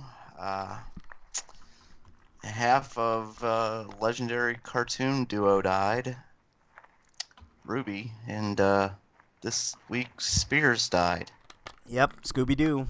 Yeah. Yeah. So Ruby and Spears are both gone within a matter of a month. That was kind of unexpected. Yeah. I hope on their gravestone they put, our only regret was Mega Man and Double Dragon. And and definitely Double Double Dragon. Dragon. Oh, that was just a bad cartoon. Yeah. I don't think either of those shows were as bad as Street Fighter or Mortal Kombat, though. Yeah. All right. Let's see here. Also, we lost another legend this week. Alex Trebek died. Oh yeah, Darkstalkers. I think that was also Ruby Spears. Hold on, Eric. Yeah. I vaguely remember the Darkstalkers cartoon. Yeah, it was not good. But yeah, Alex Trebek was suffering for a long time, man. He kept it really quiet, but pancreatic cancer is like one of the worst, man. It's so bad, so bad. They're all bad, but holy shit, pancreatic cancer. He lived. Well, I don't say horse shit because I slammed the MK cartoon that was on USA Network. It was ass. You just like Mortal Kombat too much, I think. No, I didn't. I thought that cartoon was just okay, man. It wasn't anything super special. Okay, what else, Breakman? Oh, besides the deaths, it's a horrible way to die, and it wasn't a shock because of what he had, but it just seemed like he'd been doing better because he'd been on TV recently and doing. And he looked well on. Or I shouldn't say looked well, but he looked like he was handling it well, Anyway, moving on. The third stinko I've limited it down to is the Injustice Department of America. They basically ruled that sort of like they did with the impeachment trial, that the prosecutors what they did was wrong and inappropriate, but we don't think it's punishable type offense to Acosta and all the other assholes that gave Epstein this sweetheart deal. Yeah, I think I pointed that out to you, didn't I, Break? Mm-hmm. Or yeah, it's I mean, we knew that was gonna happen, though, right? Like the rich never get punished, Breakman. If these... especially with Barr, especially with allies of Epstein in power, basically. Well, and we found out things about Barr, for instance, like his dad was a child molester, in fact. So they called him Chester the Molester. Like that's I found that out too, Breakman, which is interesting. Like his dad was involved with Epstein left and right, man. It was crazy. Like didn't he at one point he hired Epstein to be a teacher or something. I don't know, man. It just gross. It's one big circle jerk, man. Yeah. Like in more ways than one. It's so gross. I know. And when QAnon talks about like this cabal of pedophiles and stuff like that, yeah, they're right there. We've been showing you evidence, and you're still talking about like Tom Hanks as a pedophile. Yeah, I know. QAnon is the worst, man. They when they have actual child abuse, they say nothing with Epstein. Yeah. And Barr and everybody else involved in that bullshit. And then when there's like Pizzagate nonsense, they're all about it. It's like the conspiracies, the real shit, not so much. So. And they're trying to reinforce the Pizzagate again, even though like that was long ago disproven. They're trying to bring that shit back again. Like, it's I know. I just like listening to the nonsense, man. It's so laughable. Like I know we got shit, and I know you gave me shit, Breakman, for having I can't even remember his fucking name now, talking about Pizzagate and all this shit. But, oh god, that guy. Yeah, it was fine for one episode, but then 2 episodes, and they went on for like 2 hours, and at a certain point during both episodes, you were both arguing over the meaning of a word, and it was just like, oh my god. No, I like talking to these guys, man. Like because like I mean they kind of speak for themselves. Like you don't really have to like debunk. They debunk themselves. Like it just I don't know. But anyways, what else, Breakman? I know you got more. No, there's a billion thing. Isn't that enough? You guys got stinkos too. Like, all right, Eric. Huh? Stinkos? Oh, yes. Leave it up to Eric. Okay. Aniplex shows no signs of canceling any of their showings for Fate Stay Night next week. Oh. Which is stupid because it's gonna blow up in their face and they're gonna probably end up losing money. Well, how many? I mean, sure, it's a limited theatrical release, but you're still gonna lose money. So I don't think very many people are gonna show up, Eric. I mean, no. anyways. So. I mean, I don't Like, know. why- Like, I would hope people wouldn't show up, but you've seen the way people I feel like Aniplex' marketing department in Japan has no clue what the fuck how bad it is here. Yeah. So I'm guessing nobody told them either because It's really bad all across. Or they did and they didn't care anyway. Money talks, bullshit walks, Eric. I don't know if you've ever heard I that. really want to see this movie because now I have no idea if it's going to show up on streaming anywhere. I don't even think the first 2 parts are streaming. It will. It'll show up somewhere, man. If not, Or they'll have to do a rescreening eventually because there was screenings for the dub version too, and they showed the subtitles along with that when they did the rescreening. I'm not risking going to the movies anytime soon. Like, it's gonna probably be. The only reason I'd consider going is if I wanted to report on what it's like to see a movie during a pandemic. Oh boy, man, I wouldn't do it, Eric. Don't risk it, dude. Don't risk it, man. Like, it's not worth it. A fucking anime, really? Like, I mean, Yeah. it's not worth it. I'm just gonna torrent that shit if possible. Yeah, fucking torrent it. Like seriously, I don't Fuck normally. you, Aniplex. You and your expensive limited edition sets that nobody needs, and even your standard editions when you do them are expensive. Yeah, I don't know, man. It's just I don't know. Whatever. All right. Anything else, Eric? The other one would be another Metal Gear Solid voice actor for the Japanese side of Metal Gear Solid has also caught COVID. Yeah. Kenyu Moriyuchi, who did the voice of Raiden. Yeah, I think we're gonna get more and more of this shit. Freak5 says his stinko, his wife is always bitching about me or the kids leaving trash on the kitchen counter. When it's just a couple. About that too. He also did a bunch of Gundam character voices. Yeah, when it's just a couple steps from the garbage can. She did that exact thing, leaving trash where she just had to lean over and put it in the garbage. I mentioned it to tease her, and she got pissed off. Dude, that's women. Freak5. I mean, if you're in a relationship, it goes both ways like that, man. Like, and women would say it's men would say it's women. You know, it's the whole, why did you leave the toilet seat up or down or whatever, you know, and that's just life, man. I think it's just oddly creepy that all the Metal Gear Solid voice actors seem to be contracting Fox die in real life. Yeah, that's kind of weird. All right. My stinko real quickly. One goes to Fox News. Imagine that, because they were touting that Trump won North Carolina, and the way they put it, you would have thought Trump won the election because they were like, another state goes to Trump. You know, which is weird because like there have been times they've thrown him under the bus. Yeah, I don't know, man. Fox News is just Fox News. Well, see, the thing with Fox News is they do actually have like a news portion of the channel. Like they do have like investigators and reporters and stuff like that. They're just heavily overshadowed by the Tucker Carlsons and Sean Hannitys and stuff like that. Their news. Listen, prime time. Yeah. Peoples. Go ahead. The news is still heavily biased, in Trump's favor and stuff like that. But the news, it does do a bit more research than Tucker Carlson. Yeah, I'll agree with that. But there are some people. So the people in the news clip, like the news section of it, are more willing to criticize Trump than say Tucker Carlson. Yeah. Not much more.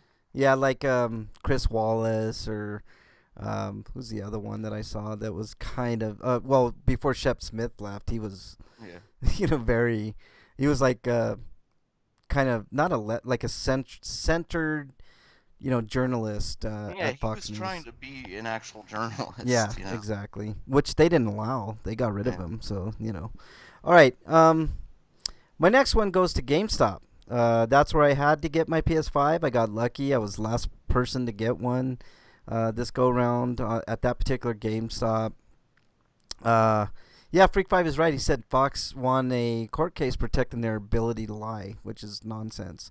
But GameStop, there's all kinds of shenanigans with GameStop. When I was in line, it was freezing. It was I think it was like 33, maybe 34. Yeah, Shep is back on the air on MSNBC or whatever, but they're fucking Republican too, so what difference Well, does it it's in that whole, like, protecting the ability to lie and stuff. It's funny, like, the lawsuit against, like, Tucker Carlson, It was basically thrown out on the merit that nobody can reasonably believe what he says to be a fact. Yeah, exactly. But that's exactly what thousands of people do, maybe millions. Yeah, exactly. So anyways, let me get back to GameStop, man. So it was kind of cold, you know. I mean, I had my jacket, so I was okay. I was like 4th, 5th in line just to pick up the system, right? So there's a line outside, and I'm thinking, wow, there must be like a ton of people inside, right? No, they were allowing one person in the store at a time, even though they had 3 employees. And I was like, and in front of me there was a dad with his son, and the son had to be no more than like 3-4 years old. And I was thinking, you really can't let these 4 or 5 people, I mean, there was plenty of room in the store to social distance. You can't let us fucking in the store from this freezing cold, really, especially with kids in line. I mean, so that really turned me off at the beginning. So we get in, and we finally, like, the guy ahead of me with the kid goes up, and he's getting his PlayStation, and he's all excited, and the guy starts pitching him. And you guys know how GameStop is. You got to get this and that and the other, otherwise they won't take no for a fucking answer. Yeah, Freak5 says, boo-hoo, Frank, standing in the cold. You lived through all the fucking ice ages. How dare you, Freak5? You're exiled. I wasn't worried about myself. I was toasty, man. But the kid in front of me, You're freezing. I was worried, you know, a little bit. But anyways, we get there, and the GameStop employee was grilling this guy, and he was doing the hard sell. Like, are you sure you don't want the extended warranty or the warranty?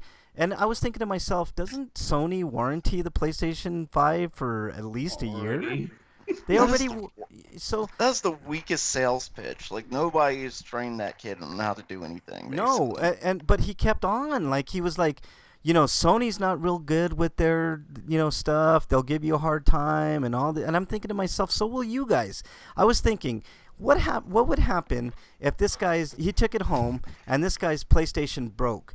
Do you think he could go back the next day and get another PlayStation 5? No. The answer is You're not gonna no. See, because they you would ain't gonna have have it. loved my It's a shop, scam. Frank, because It's a I scam. sold warranties, and when I sold warranties, I meant it. If you fucking dropped it and broke it, you could bring it back, and I would exchange it. But how are you going to exchange it when you don't have the PlayStation 5s, Breakman, on launch day? Well, I'm saying when I had my store. Yeah. Oh. That's what I did for people. If you bought my warranty, I gave you a new system if you broke it. So if you broke your PS2, you can come in and get a new PS2. Yeah, but if you don't have, Like, should have been. But that's what I'm saying, Breakman. Like, if he took it outside the store and he dropped it on its head and it broke, and he brought it back in the store that day, you think they were going to give him another PS5? Right then and there? No, they wouldn't. But I'm saying with me. When I had my store, if you bought my warranty, I would have absolutely done it. How? Would you have went to Sony, like driven yourself to Sony and got another one? Well, okay, that's different. We're talking about like different types of things here. You're talking about like a short supply of a system and whatever. Right. That's what I'm saying. I know you would have, Breakman. No question. Like, I never had a problem if you had them on hand, you would do it. Yeah, absolutely. Right. No problem. You know, I understand that. But you already have a warranty. Sony warranties it for a year. How are you going to give this guy? And then it was sad because the guy was like, I really saved for all the accessories and stuff like that. I can't really, you know, spend any more money and all that. And the guy kept on. And I wanted to just yell and say, let him get his fucking console and get the fuck out of this store. That's what I wanted to say. But then I got up there. And so I wasn't having none of it. I was like, here's my ID. Here's my receipt. I already paid for it. I want my console, and I want to get the fuck out. And that's exactly what I said. And then he's like, are you sure you don't want to get the membership because, you know, you'll have 1,500. I was like, he said you'll have 15,000 points and all. I was like, I don't care if you give me the GameStop I went to was cooler than that when I picked up Demon's Souls. Like, they pitched the warranty, and I said, nah. And they were like, okay. No, not here, man. He didn't want to take no for an answer. I was like, finally I told him, dude, just go back in the back, grab my console, bring it out here so I can get out of this store. That's all I want. And so finally he did. I got my media remote, which is actually pretty awesome. I got another DualSense and the PlayStation 5, but I mean it was just a travesty. You know, that's how it is there. But anyways, let's move on to happier things. Dude, what does my tattoo say? Sweet of the week. Breakman, your Sweeto of the week. Well, I didn't really mention it in Stinkos, but the coronavirus, all the horrible spreading of it, and it's just numbers going up, and how we're about to be back on lockdown and stuff because we opened up too soon to begin with, and every state's doing their own individual things, and there's no real quarantine, and if you go out, there's not much social distancing going on either. Yep. And then there's still people not wearing masks, and of course you go on Twitter, and it's just like there's a coalition of people that are like, this is all hoax, and the mask thing is ridiculous, and all this, it's our freedom, we should do whatever we want, Well, this week it was announced that Pfizer has developed a 90% effective vaccine. Yeah, I don't know if I trust that. Well, we don't. Well, it's something. It has nothing to do with Trump or anything like that. No, it has nothing to do with Trump. But yeah. They did announce it. Go ahead, break. Well, I mean, we have that's the first of hopefully many. No, I don't trust them to sell it to us appropriately. The reason. Yeah, I could believe that. Yeah, but I think we shouldn't just immediately say, hey, there's a vaccine. Oh, we don't trust it. Yeah. I don't trust it, but not anti-vaxxers for so long. I'm not very tolerant of that. I agree, Breakman. I want the frontline workers to get it first. Hopefully, it's very effective for them.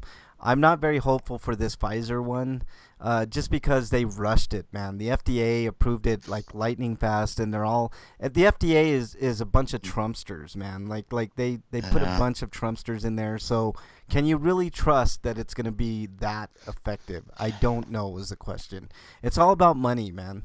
I mean, I'm hopeful, but the jury's still out, man. I mean, but like I said, this is a start, is what this is. Yeah, it's a start. When one company has a vaccine, it means there's a breakthrough. Yep. And other companies are, even though that company has a patent on it, other companies usually make those similar breakthroughs because they have intelligent people working on the same shit. You're right. You're right. So that'll hopefully bring down the cost, because God knows the first one's going to be expensive as fuck. Oh yeah. But also we're going to get better vaccines and more. Yeah. I'm hopeful. There's a bunch of other trials and stuff like that that are going through the rigors and all we can do is hope, Breakman. That's it. Yeah, I'm not saying I automatically trust Pfizer as a company or anything like that, or what's being sold. It's just I've heard so many anti-vaxxers and just freaking out, and this is we're in the middle of a pandemic. If we can have something that's hopefully the beginning. Yeah, of something. I hope it's the beginning, Breakman. That's the gist of it right there, man. That's a good way of looking at it for sure. Anything else, Break? Mm-mm. All right, Eric. There's too much shit going on. Eric, I didn't see anything for your Sweeto this week, so I'll go on. Yeah. Other than finally having my hands on a PS5. Yeah. All right, which is one of mine, especially the DualSense controller, and Blue Point Studios for their awesome remake of Demon's Souls so far. But characters actually move their mouths when they talk, and they move around. Yeah. So they gesticulate. Yeah, exactly. Freakpie says, Sweeto, the Trump campaign's press conference next door to a porn store, which it ironically, Freak 5 is one of my Sweetos. Four Seasons Landscaping is one of my Sweetos this week for more reasons than one. Number one, how incompetent is Rudy Giuliani or whoever his aides are to do this press conference? They were thinking they were going to Four Seasons Hotel. They ended up at Four Seasons Landscaping. And not only is that a Sweeto, because it was a fucking train wreck right in front of a landscaping company, which was across the street from a crematorium and next door to a porn shop called, of all things, Fantasy Island, which I think is so appropriate. And if you've seen the picture, it looks like slummy, like really, really horrible area, but perfect for the Trump campaign and its, outgoing administration. But they also get a Sweeto because they're doing some merchandising with stickers that read like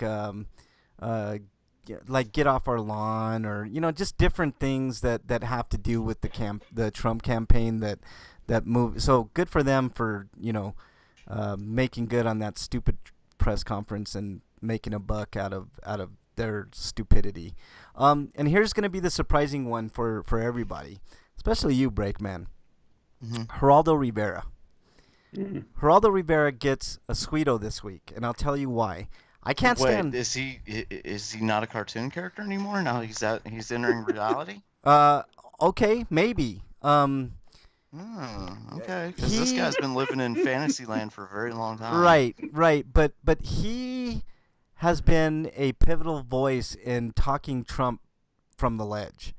And he said that he had a conversation with Trump, and Trump said that he would do the right thing. So I'm hopeful. I mean, it's probably not going to happen, but the fact that Geraldo would actually, kind of talk some sense into Trump is a weird flex, but it's... He bribed him with money, didn't he? I have no idea, but whatever they said to each other, it seemed kind of positive. Money if you just go away peacefully. Yeah. So he gets a Sweeto. Freak 5 says another Sweeto. The package from Frank actually showed up. LOL. How many things has Frank said were in the mail that never... I can't help it that your mailmen are stealing your mail, Freak 5. I hope the porn store hired extra security to protect their female employees, customers, and sex dolls. Yeah. Especially from Rudy Giuliani, man. Okay. Well, I can imagine the phone call from Rudy. Yes, that's 4 seasons. 4 seasons. That's what? 4 seasons. Oh yeah, there's a porn store. Okay, yeah, here you go. I have some exclusive audio from that press conference. You guys want to hear it? Okay, here it is.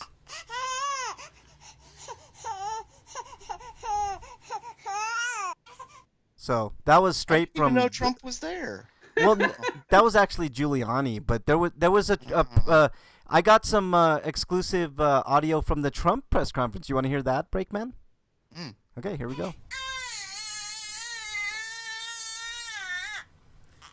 Oh, also I've got some Trump supporters that were interviewed. To me, regionally sounds more like Porky Pig. Yeah, like always spitting while he's talking. Yeah, he does, man. He looks like a fat version of Nosferatu, man. Here's some interviews with Trump supporters from Fox News. Yeah, so that was Fox News with the exclusive there. Yeah, I mentioned it earlier, but I forgot to mention it as my stinkos. Getting a light cold. Yeah. Yeah, awesome. And it's a head cold because I could tell because my head's really congested now and it kind of aches. Yeah. All right, let's move on. We got a few minutes to do this, but it's our free for all. It's a free for all. Little baby. Yeah, it's a free for all. Wow. Suck it. All right, gentlemen, we're down to 32 teams. This is our tournament. For the greatest horror TV show of all time, we're down to 32 teams. Let's start. What do you say, guys? Yeah, I don't know. Breaks undecided, but Eric says it's a go, and I say it's a go. So 2-1. Fine, I'm overruled. All right. First matchup we got this week: American Horror Story versus Castlevania. I'll start with you, Eric. Oh fuck. Yeah. Castlevania. Ooh, okay. What say you? And also the only one I've ever seen. All right, Breakman. Oh man, that's not cool. Cause I think cartoons should have been maybe left out of this, but I gotta go Castlevania. You're going with Castlevania? I see. Yeah, I would have went. Because I'm not the biggest American Horror Story fan, but the last season was really good. Like, I really enjoyed it. The 80s theme of the it really big throwback to like Friday the 13th. I mean, really. Yeah, I would have picked American Horror Story just because they've had more seasons than not that have been really, really good. I like American Horror Story quite a bit. I picked American Horror Story. Freak 5 says, American Horror Story is awesome. It is. I like it. For the most part, there's been a season or two that haven't been great, but yeah, there's been some weird shit in that show where I'm just like, what? I liked Apocalypse a lot, man. I know a lot of people shit on that season, but man, it was good. I thought, but whatever. All right. Second matchup we got here, Constantine. So the Devil's Son versus Salem. The Witches. I've seen enough of Salem to tell you guys that it's a good show. I think it falls short in a few categories, but I've also seen Constantine. Not super impressed. I'm gonna go with Salem. I'm gonna go against the grain here. What say you, Breakman? I like Constantine. Yeah, I'm gonna go with Constantine, even though it's a comic book show and it's not a horror-y really. I mean, it's horror. It is. He means fighting demons and shit like that and going to hell and stuff like that. It's not scary, is what I mean. Yeah, I know what you're saying. But It's still the Constantine. concept is still there. What say you, Eric? You're the tiebreaker. I'm gonna go with Constantine. All right, Constantine moves on. So both of my choices have failed miserably this first round. That's what you get for making decisions, Frank. I'm telling you. Okay, Breakman, you're gonna be first up on this one.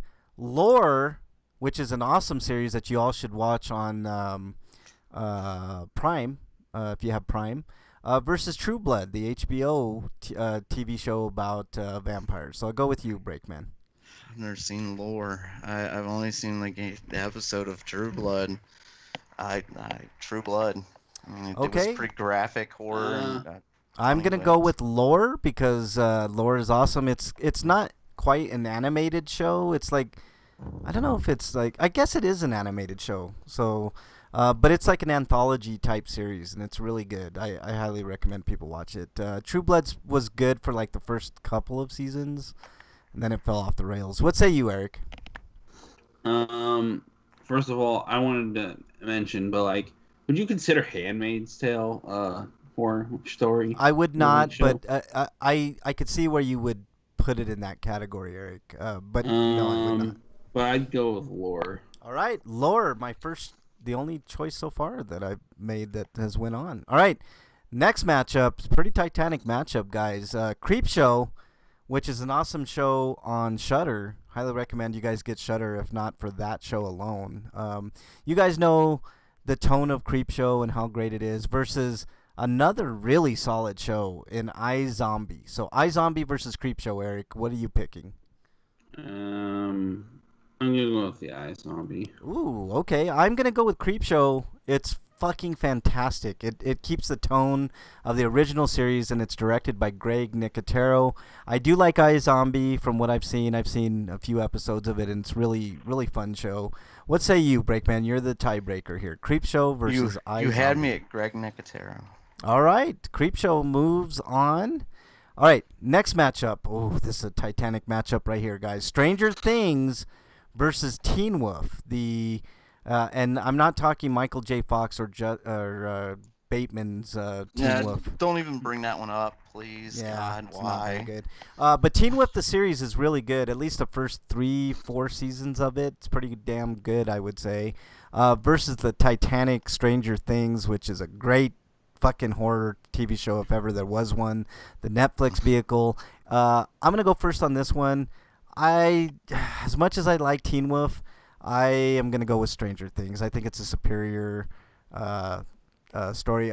Freak says I love iZombie, but I agree that Creepshow should move on. So Stranger Things versus Teen Wolf. Breakman.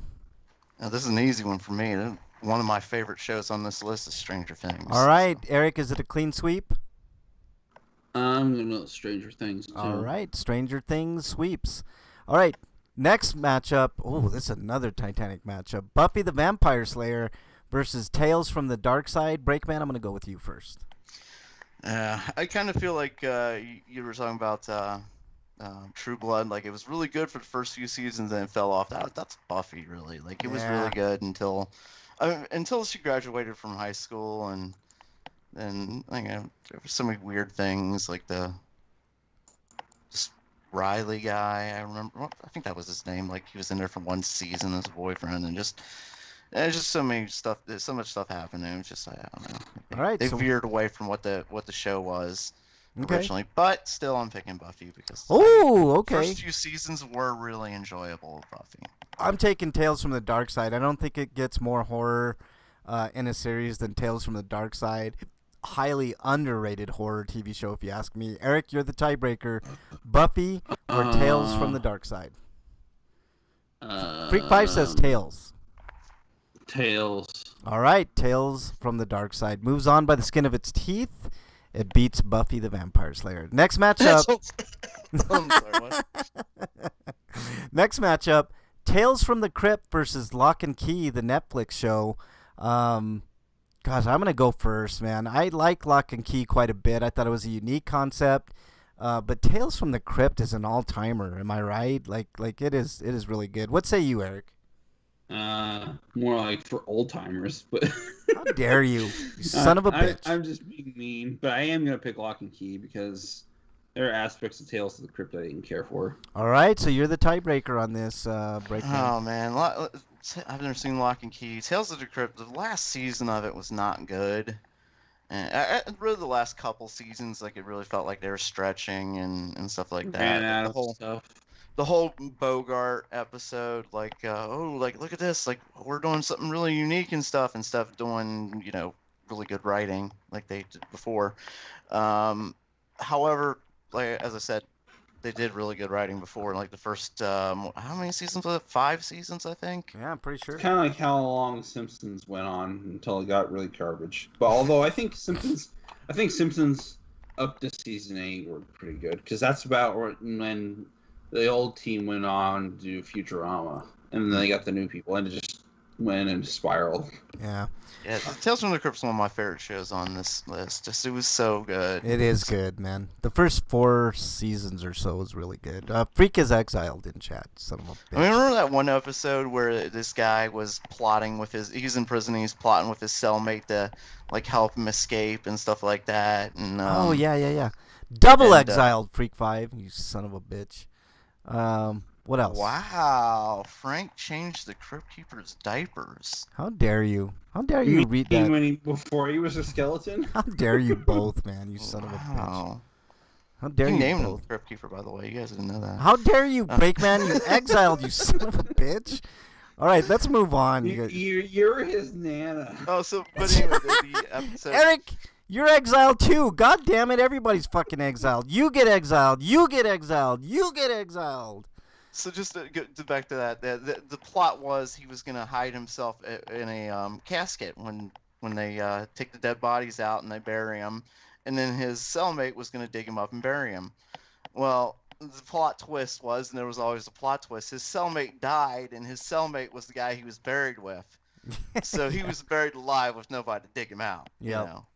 Wicked turn of events like that was what Tales from the Crypt was all about. Yeah, so like good. eerie, like weird turn of events that seem to not favor the bad guys. Tales from the Crypt.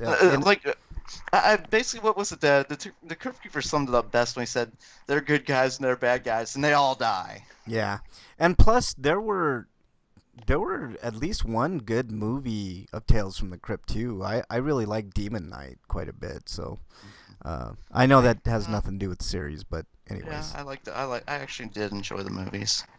How dare you, Freak 5? Triple exile, son of a bitch. All right, next matchup: Santa Clarita Diet versus The Walking Dead. No, just kidding. The Walking Dead. Santa Clarita Diet being the campy, funny, Drew Barrymore and Timothy Oliphant-led zombie zomcom, I guess you could call it, versus the actual, I guess, first season scary Walking Dead. Breakman, let's start with you. You had me at Greg Nicotero. I think the concept of trying to make your zombie girlfriend not kill people but still finding ways to feed her so she doesn't go on a rampage is interesting. Okay, so you're picking Santa Clarita Diet. That means it's almost kind of like a zombie version of Little Shop of Horrors. Yeah. That means I'm the tiebreaker and I could actually eliminate The Walking Dead from this list? But the thing is, you have somebody who might murder you if you did that. Oh, God. That's a good point, Breakman. Just want to point that out to you, Frank. Oh, God. You pulled out the ace in the hole on that one, didn't you? Oh, that's true. I went right to the throat. God damn it, Breakman. All right, I'm doing it. I'm picking The Walking Dead, but not because of that. You know what I'm picking it for? Not because of the threat to my life. Yeah. I'm picking it because season 1 and 2 were really good. So I'm picking Walking Dead. Even though Santa Clarita Diet deserves way better. That's a great show. Not technically a horror show, but whatever. It's still good. More scary. It's supposed to be scariest horror. Yeah, you're right, Freak 5. But, man, other than if The Walking Dead didn't have season 1 and 2, I would not have picked Walking Dead. All right. Next Titanic matchup we got is Dark Shadows versus Twilight Zone. And I'm going to go first on this. I really like both shows, guys. I think Dark Shadows, for all its campiness and soap opera-esque type writing, I think there was a lot to that show. But I got to pick Twilight Zone. It's an all-time great. And how can I pick against the great Rod Serling? What about you, Eric? Twilight Zone. All right, it's clean sweep break. Yeah, I mean, it might be technically the best show on here. Yeah, you might be right about that. Although, we've got another Titanic matchup here. Bates Motel, the psycho-based TV show versus The Outer Limits. I really like Bates Motel. I think it's underrated. Although the last season I didn't think was the greatest. Every other season was really good. Versus The Outer Limits, which everybody knows The Outer Limits is an all-time great. What say you, Eric? Eric, did we lose Eric? I think we might have lost Eric. Did we lose you, Breakman? No, I'm here. All right, what say you, Breakman? Oh, The Outer Limits, all the way. Okay, Eric, what say you? Outer Limits. All right, I'm going to go with Bates Motel, even though I'm overridden. I love The Outer Limits, though. Holy shit, that's going to be a Titanic matchup next week. I'm just looking at it. Twilight Zone versus Outer Limits, guys. Oof. Okay, next matchup. Penny Dreadful versus Night Gallery. Penny Dreadful. Whew. Werewolves, vampires, Dorian Gray, phantoms, skeletons, all kinds of scary shit versus Night Gallery. Kind of a Twilight Zone light, if you will.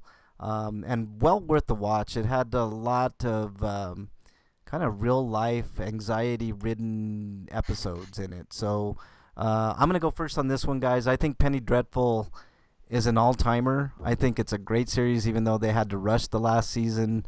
I really wish that they would have had one or two more seasons to flesh out a couple things and tight things up. But there was some characters I just like. The whole Dorian Gray storyline seemed completely pointless to me. That was the one thing, but I like the Frankenstein story. I like Yeah. the Eva Green. I can't remember her character's name. That was an awesome story in itself. I mean, all kinds of stuff. The werewolf was awesome, which was Josh Hartnett. Either of you watch Black Mirror or Altered Carbon? Black Mirror's great. Black Are Mirror's those horror great. shows? Yeah, they didn't make the list, and they should have. Eric, like I said, I had a hard time, and deciding this and that and the other. But anyways, what are you picking? Penny Dreadful or Night Black Gallery? Mirror is a great show. You should watch it. It is a great show. I'm gonna go with Night Gallery. Okay, I'm picking Penny Dreadful. What did you pick, Break? You picked Penny? It's not my favorite. But Penny Dreadful did have its moments. So Penny Dreadful's a great show, man. I thought it was underrated. They rushed the end, but man, it was good. Well, yeah. If they didn't rush the ending, like the whole last season was just like so rushed, and going to America would seem pointless. It took away from everything else. I understand why they did it, but Yeah. I listened to the writers of that show talk about that, and they had no choice, man. They had to dump everything into one season, and they had plans. Yeah, I mean, but for me, like the whole Dorian Gray and like that, everything involving him, like the Bride of Frankenstein and that, was terrible. Yeah, it was pointless. Freak 5 Instant Karma. He said dinner was supposed to be delivered 23 minutes ago, and it still isn't here. Maybe keep your comments in chat to regarding me to nice things. Maybe Instant Karma, he called it. Yeah, wow, Freak! Yeah. Look at that. Don't insult Frank. That's or right. He will smite you. He does have. I mean, he is in with God. Yeah. I mean, he's been around that long. How dare you, Breakman, you son of a bitch. I thought that was going to be a sweeping, compliment, and it ended up being, the ultimate fucking diss. How dare you? All right, next matchup here. From Dusk Till Dawn versus Ash versus Evil Dead. This is an easy one for me. As much as I like From Dusk Till Dawn, I think it's highly underrated. I got to go with Ash versus Evil Dead. What say you, Breakman? Oh, fuck yes, Ash versus Evil Dead. Oh my god. Like, of all the shows on here. Yeah. What was it? I don't know if I can say it's my favorite, but it's definitely one of them. It might be. Well, I'm not seeing either of these, but I'd rather watch Ash vs. Evil Dead. So From Dusk Till Dawn is worth a watch, Eric. It's way different than the movies. It's a lot better, in my opinion. Ash vs. Evil Dead is scary and funny, and that it's one so well done. There was an episode, I think it was. Freak said you also changed God's diapers. How dare you, Freak 5? Jesus Christ. Breakman, what was it? Episode. So that makes Frank Kronos, and then God is like Zeus. How dare you? What was it in Ash versus Evil Dead? It was one of the best episodes of any I've ever seen. One of the funniest, where the demon is like, I think like half demon, half man, and he's running around naked with his penis flopping all over, and oh man, it was a riot, man. I love that episode. It's so fun. All right. Next is The Stand versus Brimstone. This is one of Wyland's favorite underrated shows, Brimstone, about the devil and demons and stuff like that. Versus the limited miniseries The Stand. In watching The Stand, Eric, let me go with you first. I'm gonna go with The Stand, I guess. Freak 5, you're something else. I have no idea what Brimstone's about. Okay, I'm going with Brimstone because it is an underrated gem. I didn't see the whole series, but what I seen I liked. Anything involving, the actual devil, not the stand devil, I'm down with. So you're the tiebreaker, Break. What you going with? I never saw Brimstone's the problem. I've seen The Stand, and I mean, I liked it for what it was back in the 90s and shit, but I doubt it holds up. Yeah. But at the same time, I've never seen Brimstone, so I have All to right. The Stand. The Stand moves on. Wyland will be upset, but that's the way it goes here. Next matchup, Are You Afraid of the Dark versus Kingdom Hospital. I discussed Kingdom Hospital before. A bunch of weird shenanigans and ghostly apparitions in Kingdom Hospital versus the more kid-friendly Are You Afraid of the Dark. I'm going to go first on this one. I think Kingdom Hospital is criminally underrated, and there were some really scary episodes of Kingdom Hospital, the Stephen King vehicle. I do like Are You Afraid of the Dark, but it is more centered around, maybe young teens to kids. What say you, Eric? I'm going with Are You Afraid of the Dark because that's the only one I have any familiarity with. So. All right, Breakman, you're the tiebreaker. I hate to do this to you, Frank, but A, I've never seen Kingdom Hospital, and B, I want to sleep at night without worry, so Are You Afraid of the Dark? You have to please somebody, I have to please somebody. All right, that sounds very sensible to me, I guess, if you put it that way. Hannibal versus the Masters of Horror. Breakman, I'm going to go with you first. I never saw Hannibal. Masters of Horror. Okay, you're absolutely wrong, Breakman. Hannibal is probably my favorite to win this whole damn thing. Hannibal is a great series that delves into... Wait, what's Masters of Horror? I might not have seen that. There's a bunch of... It's an anthology series of a bunch of directors like Stuart Gordon and John Carpenter and, just a bunch of horror directors that we know that did individual episodes, and they were pretty good. I mean, it was hit or miss, for the most part, but I mean, I kind of like it, but up against Hannibal, it's not even close for me. So that means Eric is the tiebreaker here. Hannibal versus Masters of Horror. I'd rather watch Hannibal. All right, Hannibal survives. Wow, I didn't think it would, but man, Hannibal's so good. If you haven't seen it, I'm surprised you haven't seen it, Breakman. So good. Mads Mikkelsen makes the best fucking Hannibal, in my opinion. Lucifer versus The Haunting of Hill House. I believe that's a Netflix show. Lucifer has just gotten ported over to Netflix. So basically the devil versus a bunch of ghosts. I'm going to go first on this one. I'm not a fan of ghost shows for the most part, or ghost movies like Paranormal Activity and shit like that. So I'm going to go with Lucifer. From what I've seen a few episodes. I think it's more, not teen angst, but more soap opera-esque, I guess, Lucifer. But I did like what I saw of it. What say you, Eric? I'm gonna go with I'm going with Haunting of Hill House. Okay, so you're the tiebreaker on this one, Breakman. I've never seen either one of these, but from what I know about Lucifer, it's not really a scary show. Okay, so what are you picking? Where I know Haunting of Hill House is supposedly attempting to be a scary show. It's gotten really good reviews. I will say that Haunting of Hill House has gotten rave reviews. So, but I sided against you on that last thing with the Are You Afraid of the Dark versus King Hospital, so I'm gonna go with Lucifer for you. All right. Well, I mean, not so much for me, but I think there'd be a few people in the audience. I was going with your side. I mean, if you don't want me to, I'll change my vote. No, that's fine. That's fine. Okay. I mean, All right, so that's we're down to 16 guys. I mean, look at this matchup, Breakman. Tell me how hard it is going to be for you to pick this one. Tales from the Crypt versus The Walking Dead. Oh shit. And you think that's hard? Twilight Zone versus The Outer Limits. See, on that one, I can't talk about that. Yeah, I can't talk about why would you do this to me, Frank? I mean, dude, you know what? I have to do this to you, Frank. How dare you? You're exiled. Son of a bitch. All right, so we're down to the final 16, y'all. Wow. What's your favorite going further, Eric? What do you think is going to, do the trick? What's my favorite? Let's see. I'm probably gonna have to go with Castlevania. All right. Or Stranger Things. Okay. Yeah, those are solid choices. What about you, Break? Oh man, there's so many ones I love on here. Ash vs. Evil Dead, Stranger Things, Tales from the Crypt. Yep. I'm gonna go Tales from the Crypt. Okay.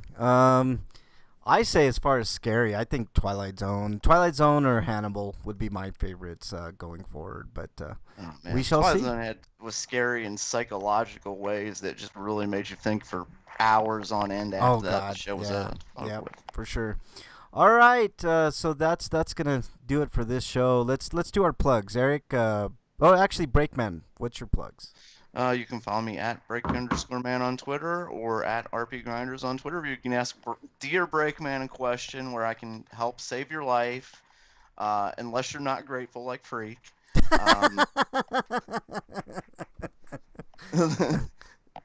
Everybody else, I'm sure we could save your life. How do you feel now, Breakman? All that loyalty to the harmonica, and that's what you get. I mean, just saying. I'm just saying. He hurt Harmy's feelings. All right, Eric, you're up.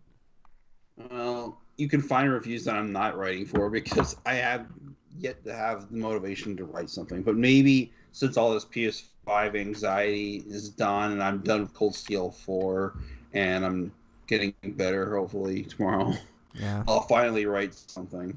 Hopefully, Eric. You can find reviews on sites I write for, such as BostonBrassBrigade.com and TotallyChin.com. And if you like what I written, you can go to my Patreon and give me as little as $1 donation. That would help out. What? I was going to say, make sure you check out the archives of what you've written too, Eric, because you've written some great reviews. So, did we read this in chat? When God said, "Let there be light," Frank lit his fart on fire. How dare you?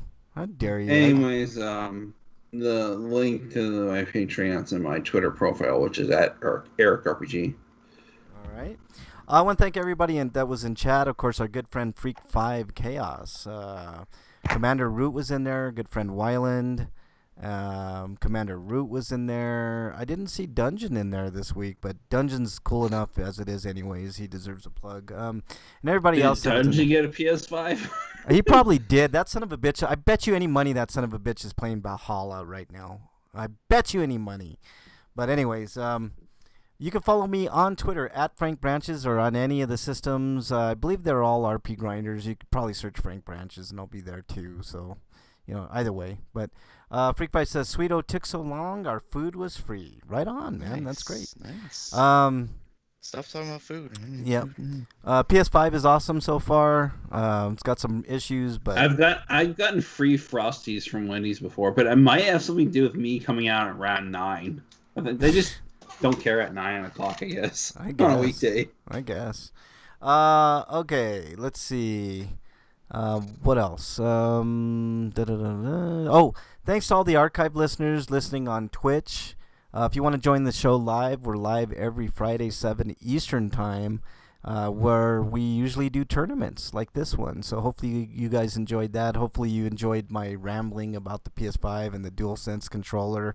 It's really hard to explain. Just experience it for yourself if you're out at the store. It's pretty awesome. And if you want to truly experience it, do like Frank does and play with your PS5 while naked. Yeah, exactly. Yeah, I play the PS5 naked. That's right. I'm Frank's glad you... dual Sibian. Dual Sibian. DualSense Sibian, man. That's awesome, man. All right. Thanks, everybody. And you guys have anything else? Have a good weekend. Yep. All right. Continue to wear a mask. Yep. Continue And to wash social your hands distance. and don't touch your face. All that good. Cancel fun. Thanksgiving with your family if you have to. Yep. And Trump lost, and MAGA are the biggest fucking snowflakes I have ever seen in my entire life. Stay safe. I don't like other people calling them snowflakes because it's like you're I using do. the language of people that are garbage. I do. Well, I I don't mean, give a that's fuck. why we're using it against it. They use it, so it's like we've thrown it right back at them. Yeah. You know? Fight fire with fire. December's tournament should be worst Christmas song. I see it more as a becoming your enemy. I don't think I can see that, but Freak 5, I just see it as I'm willing to play fucking dirty, and I've never claimed to be a good person. So, Freak 5, I'm going to end that tournament right now. It's Wonderful Christmas Time by Paul McCartney. So there you go. oh God, yeah, there's so many we could definitely do, though. I agree. It could win, but there's so many bad. No, Christmas that songs. song is the worst, man. I mean, for instance, how many times can anybody stand to hear Jingle Bells anymore? I like Jingle Bells, Jingle man. Balls. How dare you? How dare you? Really? Every year you want to hear Jingle Bells, huh? Yeah, why Well, not, man? How dare You want to you? hear it on every radio station performed by 20 different people. Jingle Bells. Every How year. dare you, man? That's why I suggested Jingle Balls instead. All right, anything else, gentlemen? No. All right, stay safe this weekend. We want to see you Yes. back here next week. Until then, we are out. Later, everybody. I have to work tomorrow. That's Karma. Even if I somehow feel working, I have to work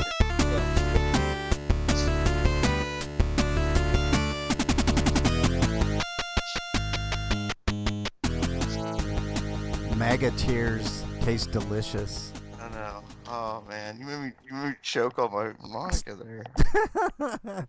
As long as you're not choking something else, I think we're in good shape, man. I wouldn't drink Magateers because they'd probably be too salty for me. How dare you, man? How dare you, sir? I will have you know that my tears are like angels' kisses. No, I said Tears. Magateers. Tears. You didn't say yours. I thought he said Frank's. No. Yeah. All right, chat. That's what you want to hear, Frank. You hear it's all about you, Frank. That's right. It's all about me, man. Didn't you know that? Didn't you know that? Everybody Oh, loves no, Frank. Especially Frank. Yeah, exactly. Thank you for pointing that out, son of a bitch. All right, everybody in chat, you guys rock. If you're listening on the archives, thank you guys so much. Really, really, really appreciate all the support and love. Hopefully you guys are enjoying the tournaments as much as we are. I think we have a good time. I know I have a good time. Tournament Like, should be the worst Christmas song. well, that's what Freak 5 says, but we will discuss that in a couple weeks. How about Grandma got ran over by a reindeer? Oh God, that's awful. Or all I want for used Christmas. to love that song as a kid. But All as I I want got for- older, it's like, No, wow, this is horrible. Yeah, this is why did I like this? you Or know? or that song, All I Want for Christmas Is My Two Front Teeth. God, I hate that song. Oh, it's so bad. Or all I want for Christmas is a hippopotamus. Ugh. All I want for Christmas is to not lose my two front teeth. Yeah, exactly. Thanks, chat. Really appreciate it. You guys rock. Freak 5, let me know how that stuff treats you, man. I'm really, really curious, man. I know how it is for me. It's awesome. Feels really good. It's not the longest lasting, because anytime you grow weed outside, it's not the most potent, but it treated me really, really good. And it's got pain reliever, which is the best thing. So If you're hurting, got a headache or muscle aches or bone aches or whatever, it's really nice. So let me know. Later, guys. Bye.